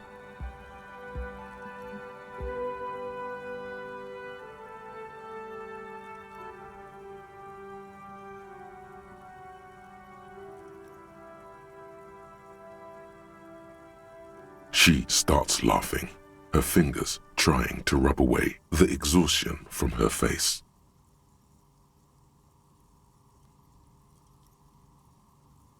Do you know what this is?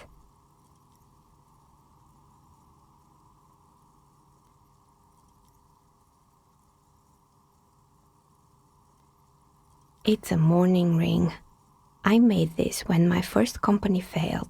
It was a small jewelry shop right here in the East Delta Commerce Center, built with the little I inherited from my parents. I drove it into the ground within a year. I didn't have what you would call a viable business plan.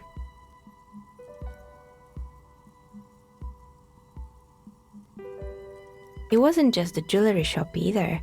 I always thought that it was just the world that you were supposed to try again and again until you finally succeed. And now you're telling me what? That it was all because I didn't run my little shops and ventures from a dump inside an abandoned chimney?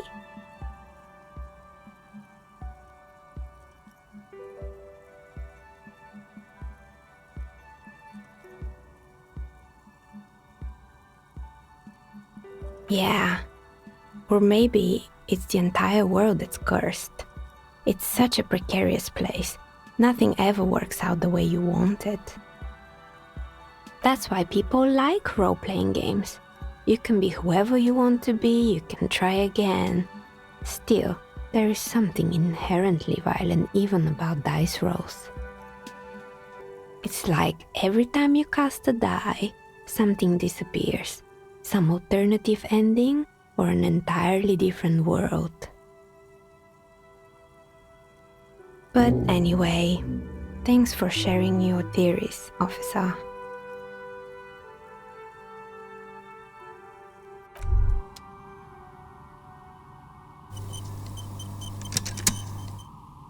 Wow, so someone's been a little boring. Yes, my standard liege. Someone's seen all sorts of wild ideas pop off and thought, I'll take the boring one. The regular, please. The brown.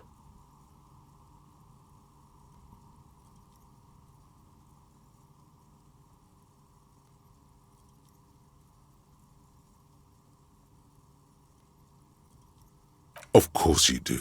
Let's get right to it. My lord's copotype is regular cop. I'll let everyone know. I'll send out a telefax.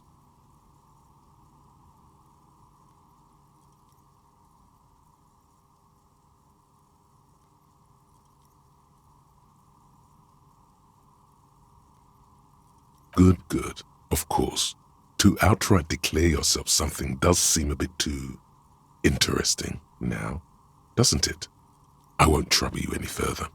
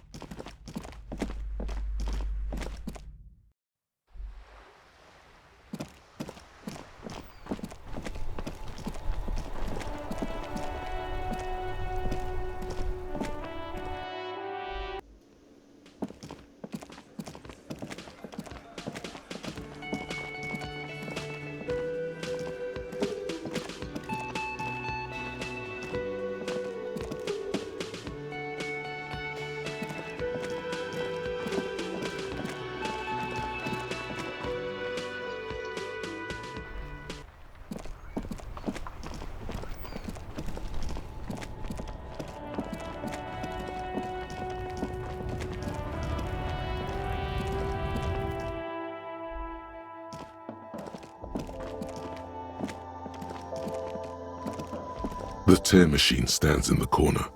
A sign says, 1 bottle equals 10 cents. Your bottles clunk into the machine and the money appears with a satisfying jingle. You're a richer man now.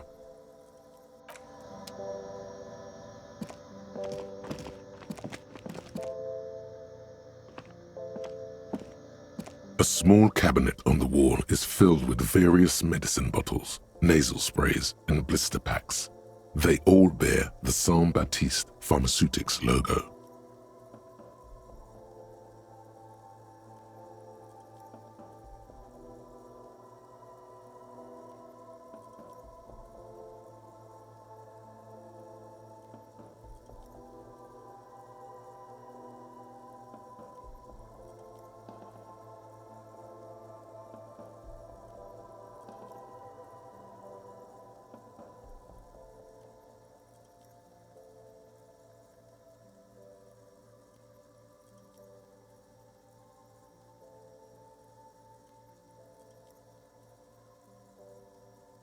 Okay, Here, I hope Saint Baptiste makes you feel better or something.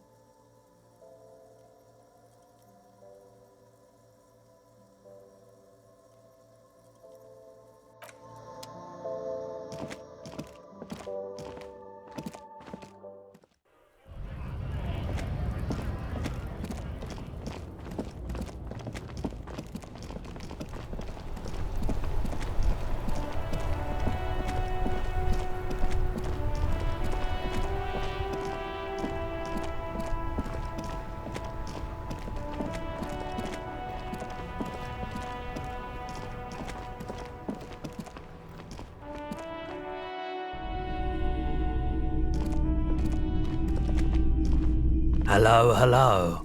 Let me know if I can help you with anything. Sure, let me have a look.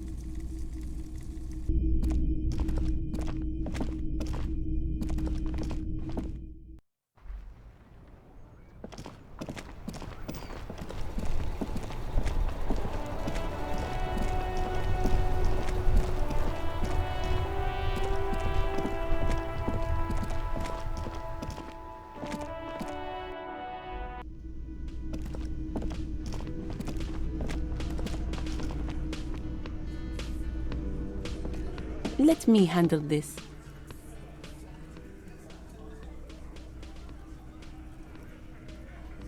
Detective Disorientated. Are you still wondering where you are? This is Martinez, in case you've forgotten.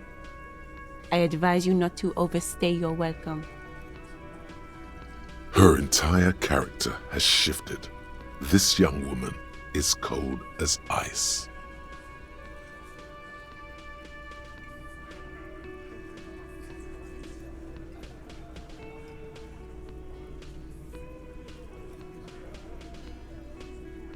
Yes, extremely normal. I'm not a gardener, by the way. I'm a legal counselor for the Dock Workers Union. So let's get to it. You're looking for Titus Hardy? You think he has information that will help you? Maybe he does. That's Titus. Talk to him. But know this. I'll be keeping an eye on you. No strong arming. Nothing official. The District of Martinez does not recognize your authority to make arrests. It doesn't matter if you recognize our authority. We will make an arrest if we have to. She says nothing. Her glare speaks for her. Could this be the Miss Beaufort that Easy Leo mentioned? The one Mr. Everard sent to law school?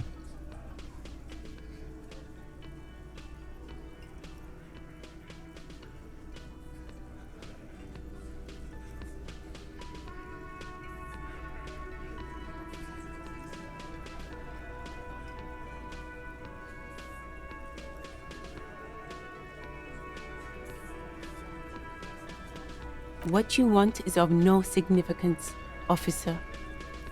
Don't test your authority. In Martinez, you are no one.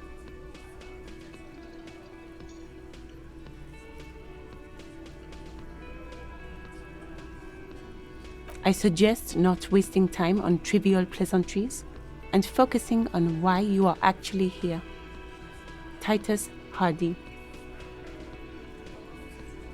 Even though she has excellent control over herself, something moved behind her eyes, in the way she stands, in her face. You caught her off guard. Push her some more.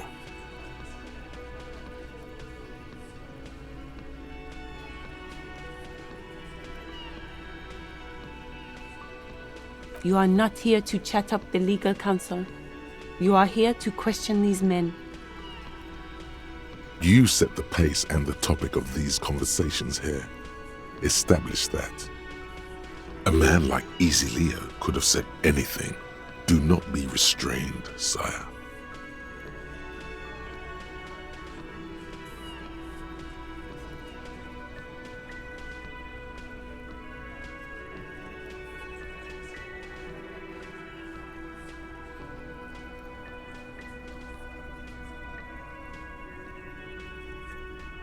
I represent the Union and these men here. Don't make this personal. A very minor victory.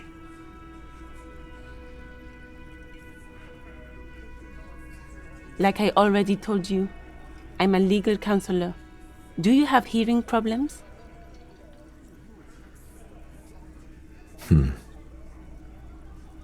What are we going to do to you?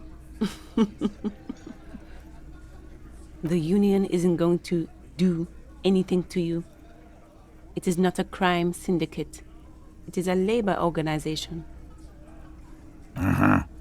Goddamn right it is. If anything, it is the RCM who do things to people. But we digress. What you want is of no significance, officer. Don't test your authority. In Martinez, you are no one. Aggressive, you make your living enforcing violence. These people are just dock workers. So you were spying on us, and now you represent murder suspects. Just dock workers. Listen, you moral intern lackeys. You're a mob, enforcing the unlawful privatization of Revachol. 20 fat men in the Occident are stealing it all, and you're their bodyguards. Fuck yeah. So ask what you came to ask, or get back to your commanders.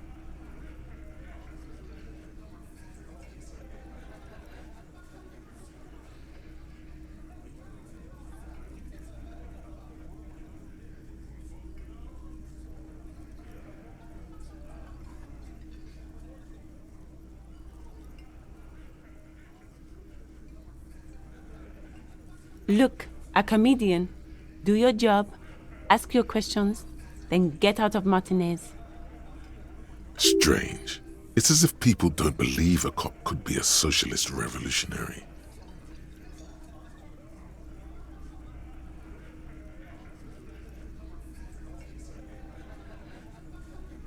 Aggressive? Listen. Fuck yeah. So ask what you came to ask, or get back to your commanders.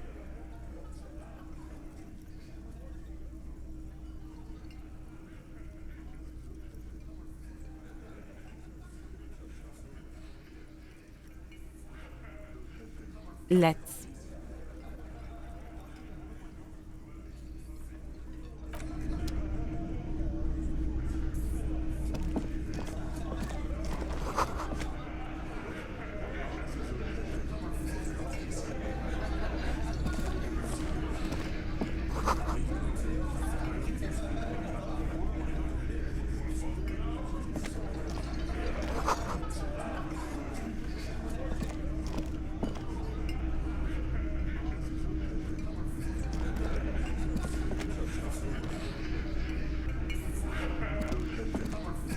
This is where you say your bit.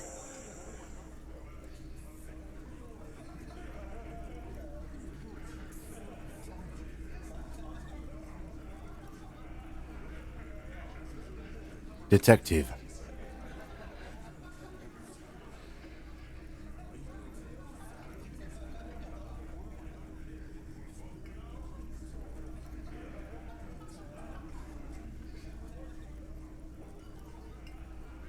Wow. The RCM sent us some big dick cops. Real big dick cops. Look at them. Reckless. Swinging in the wind. Yeah, look at the big dick on that cop. Can't tell a dick that big what to do. Must be something in the water in Jamrock. Yeah, gave him real nice big dicks. Yeah. Anyways. You might want to start asking your questions now.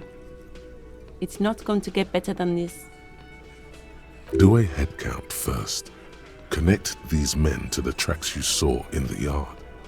Chances are they're going to match. Starting from the right. Boot size 44. Blonde man. In his 30s. Overbearingly masculine. Sitting on his right, standard working boots, size 45 or 46, eldest in the room, probably mid-50s, smoker, quiet. Across at the other table, hobnailed working boots, size 43, gang tattoos, Mesk or Sarah Mauritian in his late 30s, early 40s. And then, standard working boot, steel reinforced toes, size 46, the big dick, wide at the shoulders and lean at the hips, rugby cap, fingerless gloves, and numerous scars, a little under 40. The emblem on his vest says Rowing Club. A little patch below it reads T. Hardy, Captain. In the far corner, standard working boot, steel reinforced toes, size 44, 40-something, non-alcoholic beverage in hand. You squint. Is that a plectrum? On his neck. Forget it. It's not important. Let's call this one the musician. Size 41, with the light step. Not a child, after all. An older man with a rat face, mean, watery eyes, and 2 front teeth missing. In the middle, heaving and wheezing, big guy, boot size 46, deep marks, probably carried the victim over. He alone is 130 kilos. Add the man in armor, and you could easily exceed 220. In conclusion, these 7 are the actors on the crime scene. The footprints were theirs, but there's a discrepancy. Exactly. You've stood there for about 4 seconds, not saying anything. Hit them with questions. Where's the 8th Hardy? The fuck is with you, fella?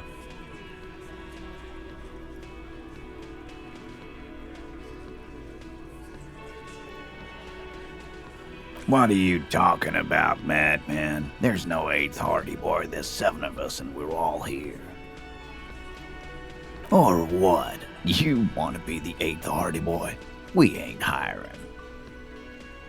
Actually, boss, we've been talking and we think she could maybe... Shut the fuck up, Glenn! I do the talking here. Now what the fuck do you want, cop? So let me get this straight. There is an 8th Hardy Boy. It's a she, and you don't like us talking about her? That's right. We're not talking about this.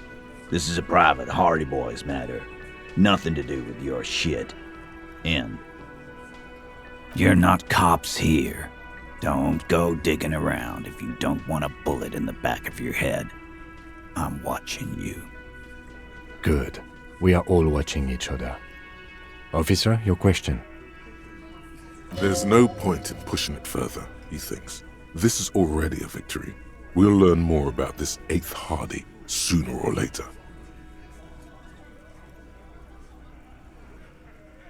So, you're not just here to swing your big dick. You're here for the pretty boy. A real looker, that one. Stinks like shit, too. They love him, boss. Spend all day digging around in there. Can't get enough of that pretty boy smell. Funny. But my partner and I have a serious matter to discuss with you.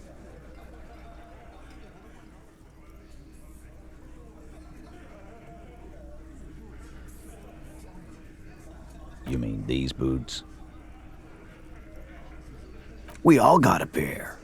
We wore them the night we took the pretty boy out back and hung him by the neck. As he speaks, his fists contract, going through the pulling motion again, savoring it.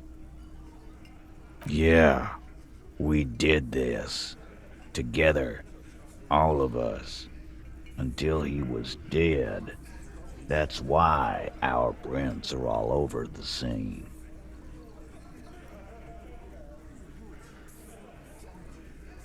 Goddamn right. No. These 7 honest men have equally come forth. They told you what happened so that you don't waste any more of your time. All 7 together. They're diluting responsibility. It's an anti-arrest tactic.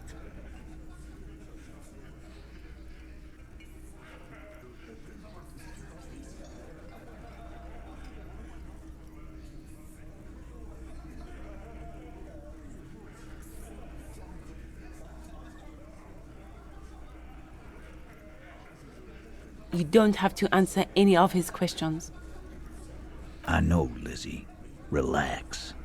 We killed him last Sunday night. Seemed like a good way to end the week. Known him? We don't associate with scum like that, asshole. Yeah! Who do you think we are? Quiet. He came around about 3 weeks ago when that Pines cow first sailed into town. Happy? By the Pines cow, you mean Joyce Messier, the representative for White Pines? The same company you're striking against? No. I mean the Pines cow. The stupid-ass cow they sent in to fuck us over. But you know what?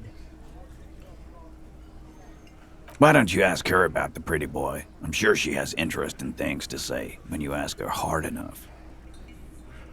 That's enough insinuation for today, Titus. Officer, your interview is drawing to an end. Don't waste your last questions.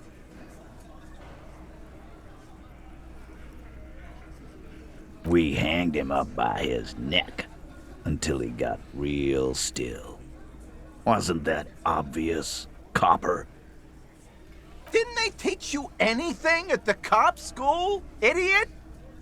The autopsy showed there were no ligature marks. His hands were not tied. Can you explain that? Look, I'm not gonna play 20 questions with you, Capo. I'll say it again. We killed him.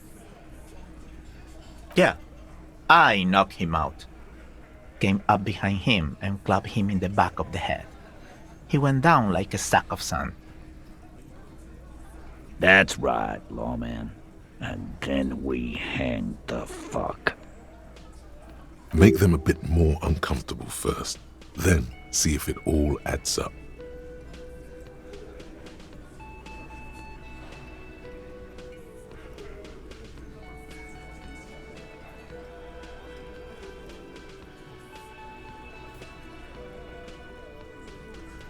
My fucking elbow, Copper. Samaran boxing style. Samaran boxing, or Sambo, is an eloquently violent set of one-on-one fighting moves originating from the Samaran Isola. Sambo style implies stealth, cleverness, and cool. He may be lying, but he's good at it. No twitching, no rushing, no uncalled for details. Right fucking here. The fucker started coming to our bar. Asking for it.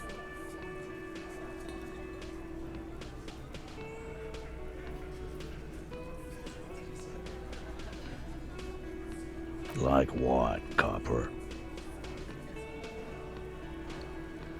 We hanged him. Didn't they teach... The autopsy Yeah. That's right, lawman. Make them a bit more uncomfortable first, then see if it all adds up. Titus is solid as a rock, and so are a few others, but...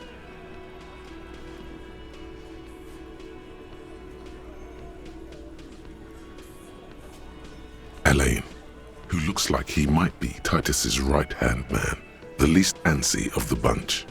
Definitely not his first time being questioned by the police. This little rat-faced fellow is solid too. Always fidgety, yes, but no change there. Him neither. Mostly keeps to his tomato juice, or whatever he's got there.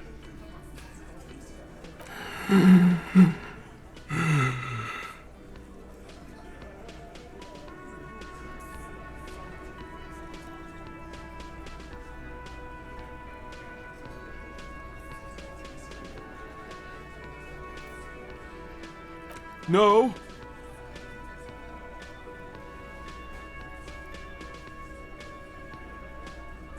Of course he's having trouble breathing.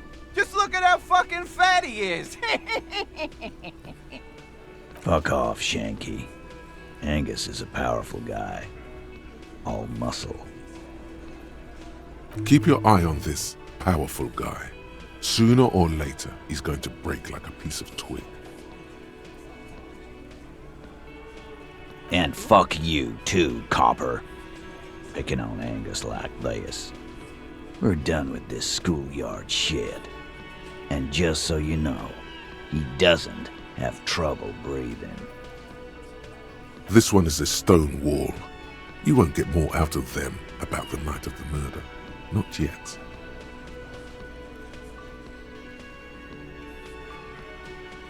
Like what, Copper? Are you deaf?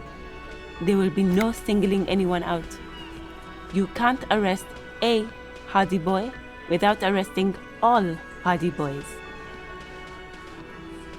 Do you think you could do that? Do you think you could arrest them all? A trick question. Don't let her lead the conversation.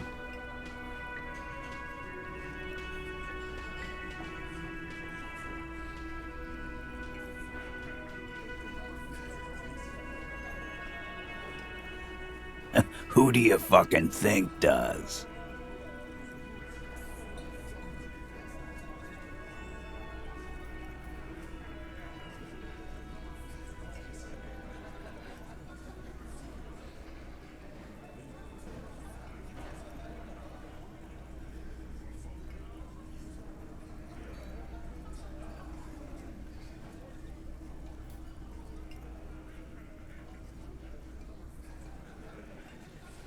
The sweaty man turns red and looks first down, then around him, apologetically. It's not the fat ass. Titus runs the Hardy Boys, genius. That's why we're called the Hardy Boys. Ain't that right, fellas? I think you got your answer, Mr. Law. Yes, there are some administrative differences. But on that night, they all acted as one man.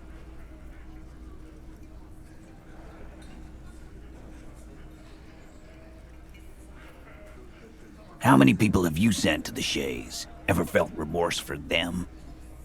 Chaise électrique is the method of capital punishment in Revachol under the Coalition. During the suzerain's reign, it used to be the firing squad. Or send them to Reunion to rot. For 20 years. For life.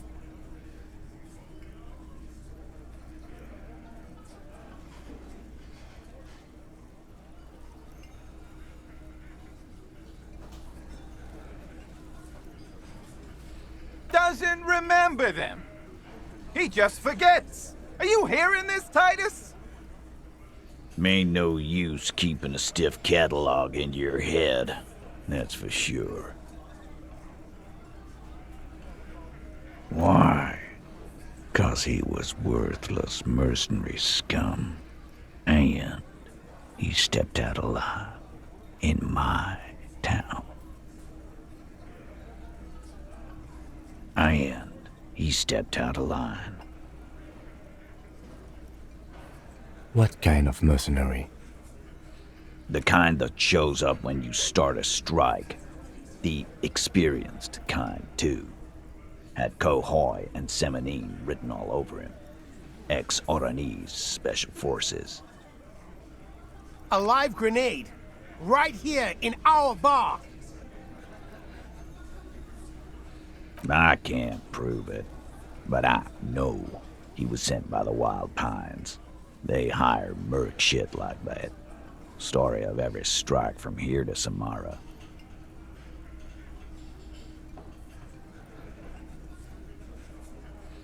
'Cause one night, he walked straight up to the mic and said, I'm RNA's goddamn special forces, and I'm gonna fuck you all! Really? Yeah, really. Had a gin and tonic up there, sang some RNA's paratrooper song, and said he's gonna fuck everyone. We couldn't believe it either, but he fucking did, right there. Like some kind of animal. Sire, the tale is true. This is a serious violation of the karaoke code.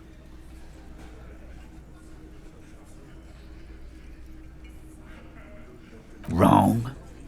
He harassed women, raped one, harassed workers, threatened to kill some as a warning. From rape to harassment to threats of violence. Why the strange de-escalation? He regrets mentioning it.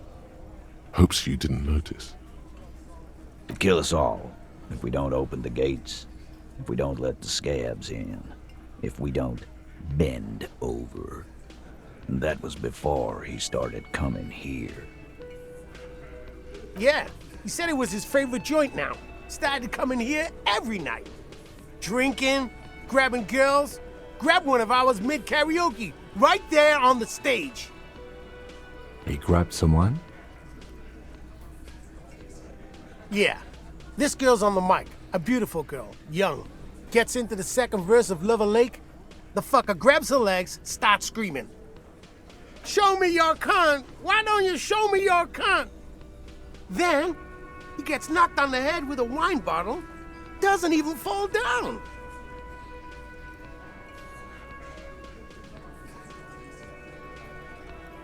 Aren't you fucking listening? My man is talking to you. He took care of it. They got the girl out before anything else could happen. Yeah, me and Eugene got her out. Aren't you fucking listening? There's something odd here. Seems like they don't want to talk about that rape Titus mentioned. Why not? This is a serious allegation. Make them talk about it.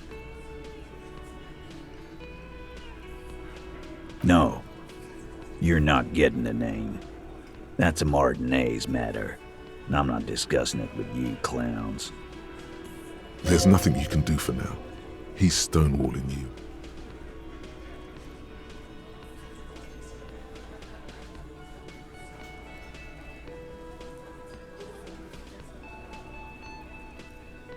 Yeah, lawman. Why don't you? It's almost an anthropological sight, watching him try to assert dominance over you.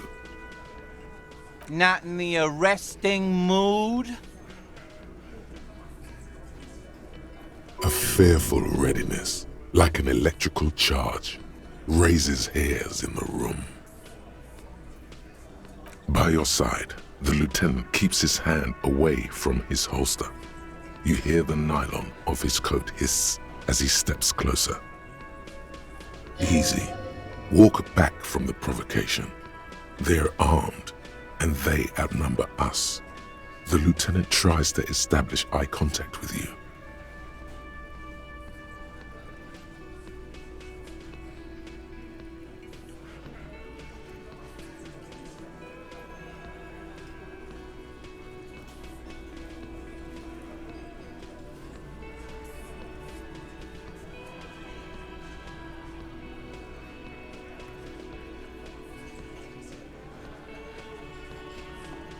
Wise move. You made the right choice there. Now make another one and get the fuck out of our booth. We're not gonna do this again. Nothing. Your investigation here is done. Leave Martinez, go back to your stations where you belong.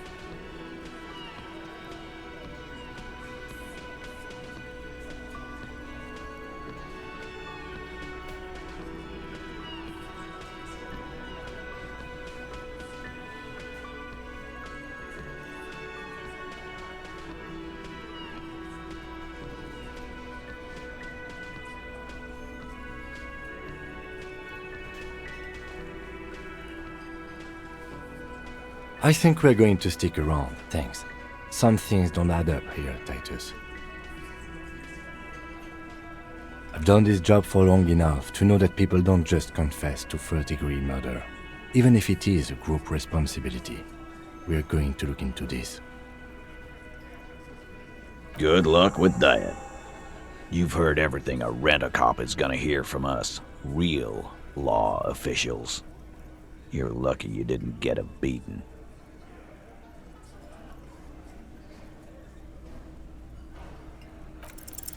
Establish authority. Yes.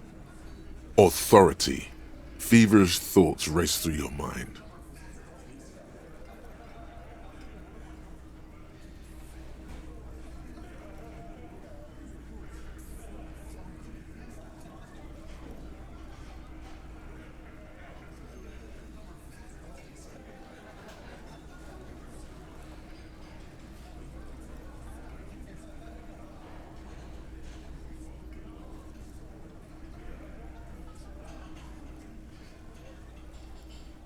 Did you already try the gun thing?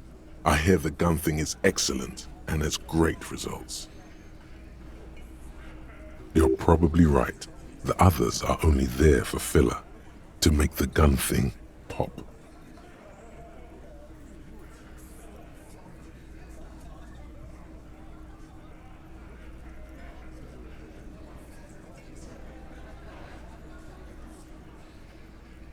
Why? This is not what he thinks it is. This is a great idea. I'm afraid it's not what you think it is either.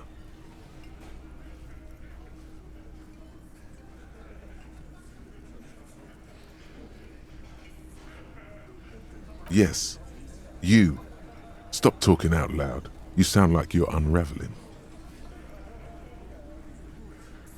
What in the name of fuck are you doing?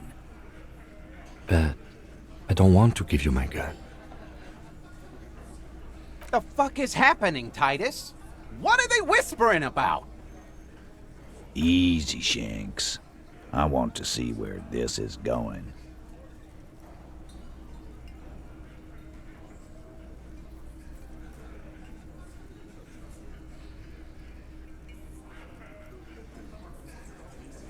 Police job? The pressure in the room grows to a boiling point. Be careful, it's loaded. Good. Now put it in your mouth.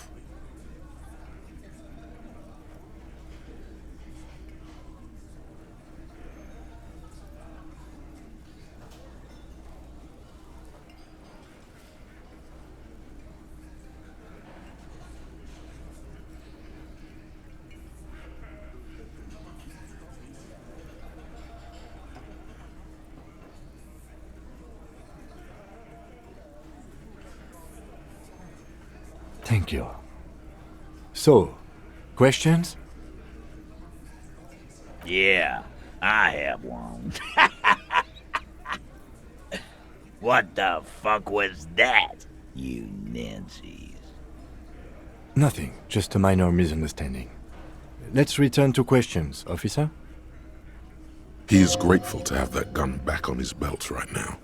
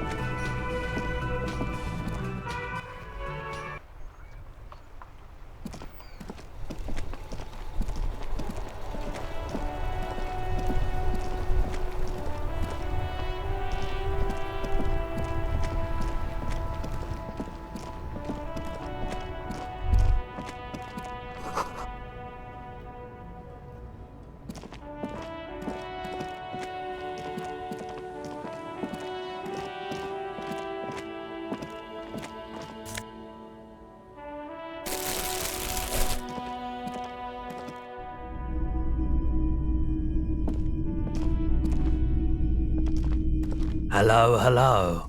Let me know if I can help you with anything.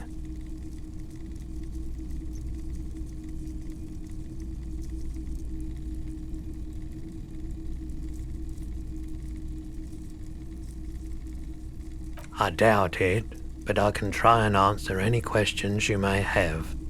The pawnbroker's gaze is already fixed on the dancing colors. Sure, let me have a look. Oh, no. I don't like those kinds of objects. No sale. Aphotic paths, counter-radiance networks, anti-magnetism. It's darkness. That's all I know. Sell me something lighter. You have absolutely no idea what aphotic paths are, but the tattoos on the man are not that.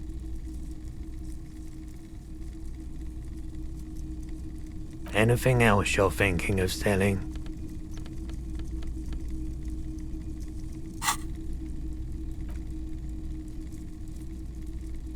Another time, perhaps.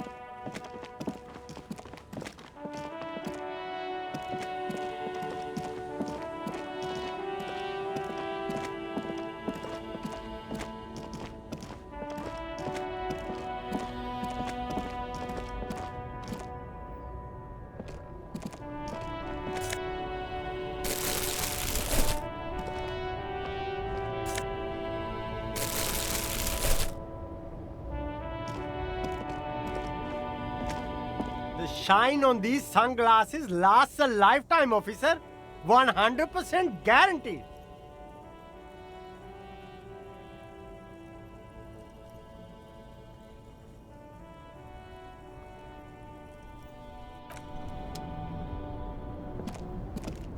You keep coming back. That's good, officer. Keep browsing those clothes, keep saving that economy. The speakers below are banged up and worthless. The sneakers triumph over them. They're the star of the show here.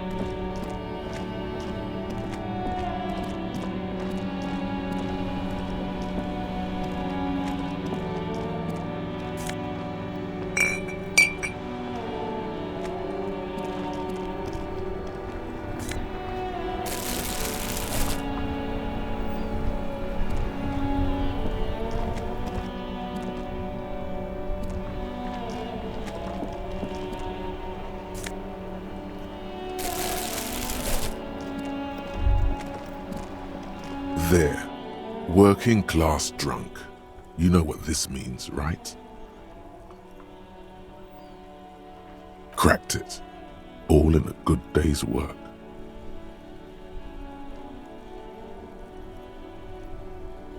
What do you mean, what did I crack? Look at how working class that drunk is.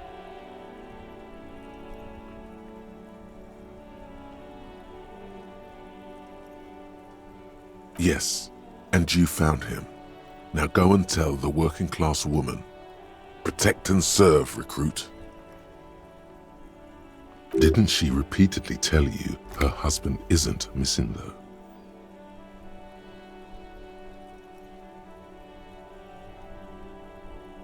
Do marriages make any sense? Does honor? You're not a filthy philosopher. You're an officer of law. It's time to ace this case and not brood over your reputation. We can deal with the perception management later. Not honorable, recruit. Not honorable at all.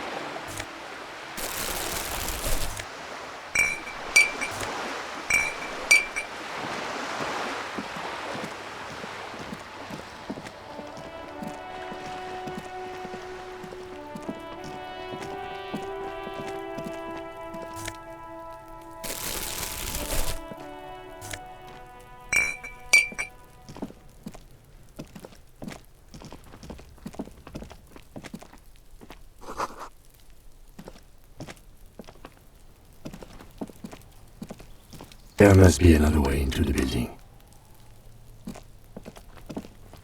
Hey, what's that noise down there?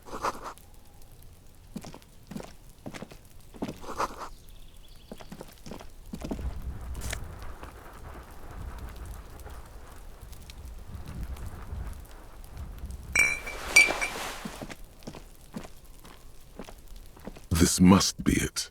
The basement door is weather-worn.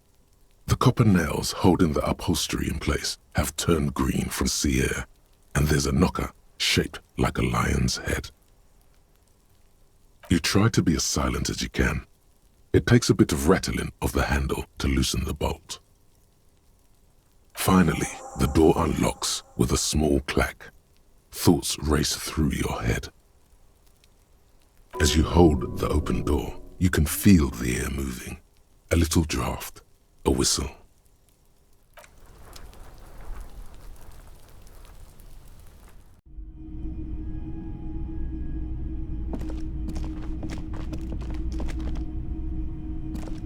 A row of mugs sits on the shelf.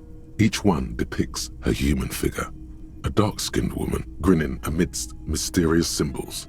A broad-shouldered man shoveling potatoes, and others.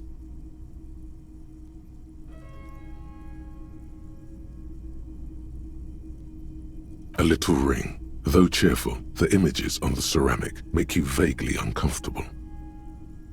There's something disdainful in the way the curves and lines of the bodies were drawn.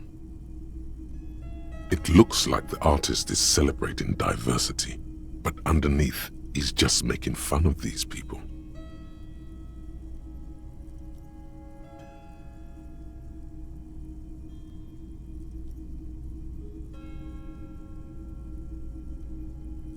You ain't gonna change someone's mind by calling them a bastard. The lieutenant picks up one of the mugs, then puts it back down with a look of disdain. I'm beginning to feel better about breaking into this man's apartment. Yes, your broken mug friend would feel very much at home here. The same humor, the same mocking lines. There's the missing tin soldier. Whoever lives here might have used the Whirling's container to dump his trash. And now they've drawn the ire of the Union. The plot thickens, as they say. An interesting little clue. Let's see where this goes. Clues have a way of magically connecting to other clues down the road. Perhaps you should break into apartments more often.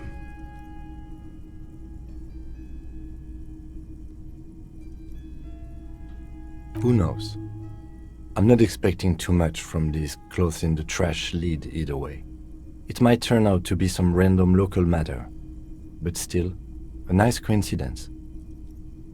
You could ask Everard who this person is once you're done here.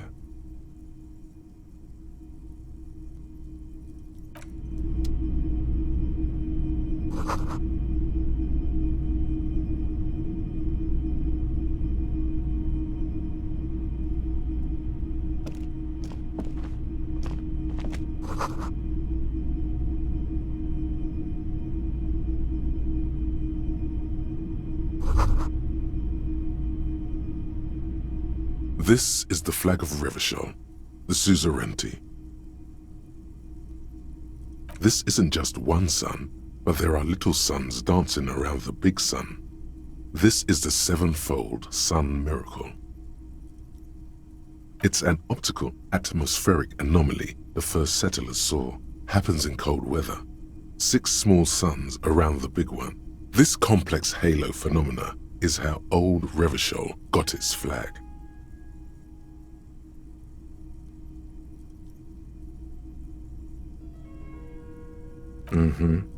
The tenant is an old-fashioned guy.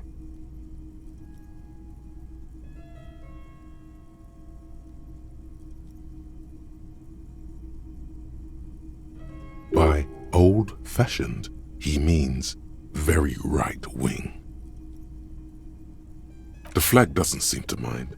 It's just a colorful fabric with a sun sewn onto it. Like all feudal flags, it looks like a children's drawing.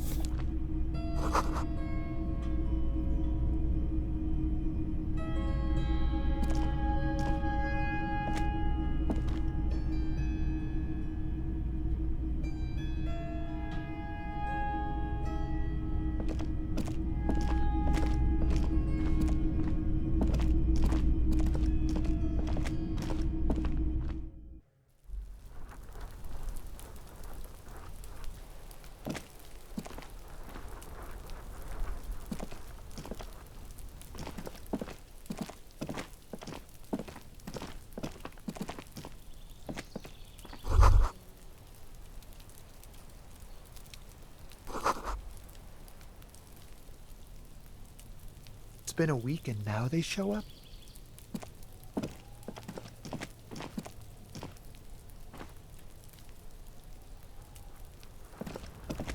You see a young man on a balcony nursing a cigarette.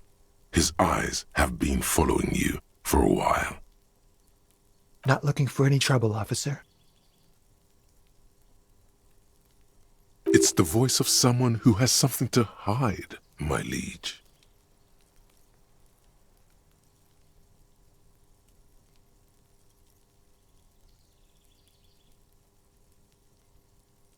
There's no trouble. I'm just speaking in a lowered voice. I don't want to be seen talking to the gendarmerie if that's okay. I just want to finish my cigarette. Don't let him go. This could be your witness. The balcony has a great view of the whole thing. Is it really that important? Like a nervous cat, he keeps stealing looks at the neighboring windows. All right, but make it quick. Once I finish this cigarette, I have to run. My name? My name is Martin Martinez. That's definitely not his real name. No, of course not. Could you please lower your voice? I can tell that you finally got him down. Thank you. It was quite a disturbing sight, even by Martinet's standards. What were you doing last Sunday? Oh. You already asked me that, didn't you? Wait, is someone else investigating the lynching?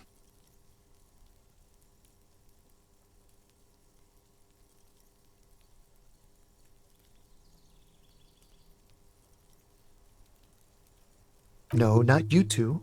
Some more muscular type. And when did you speak to this more muscular gentleman? Last week? I don't know. Look.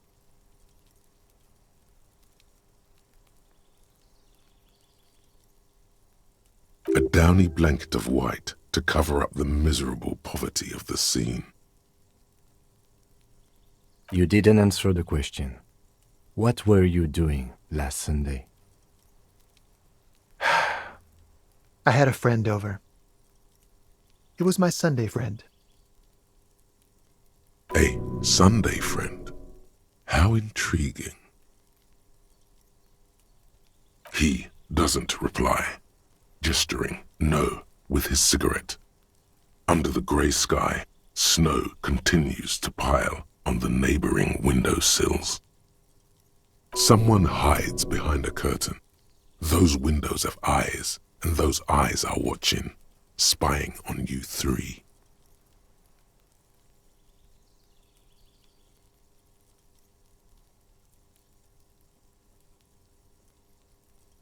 No. We won't. Now, if you'll excuse me, I really need to get going.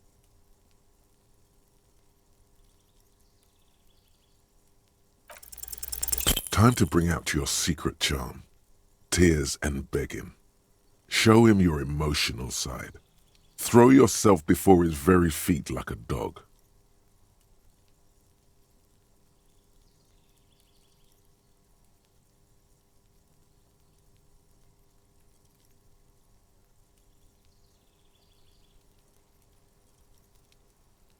Trash? Please don't go. I'll even stop smoking inside. Listen, I really have to go. Good luck with the investigation.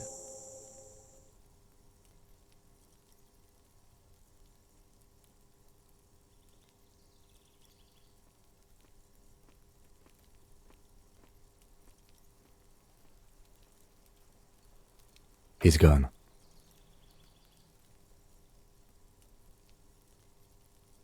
No point in running.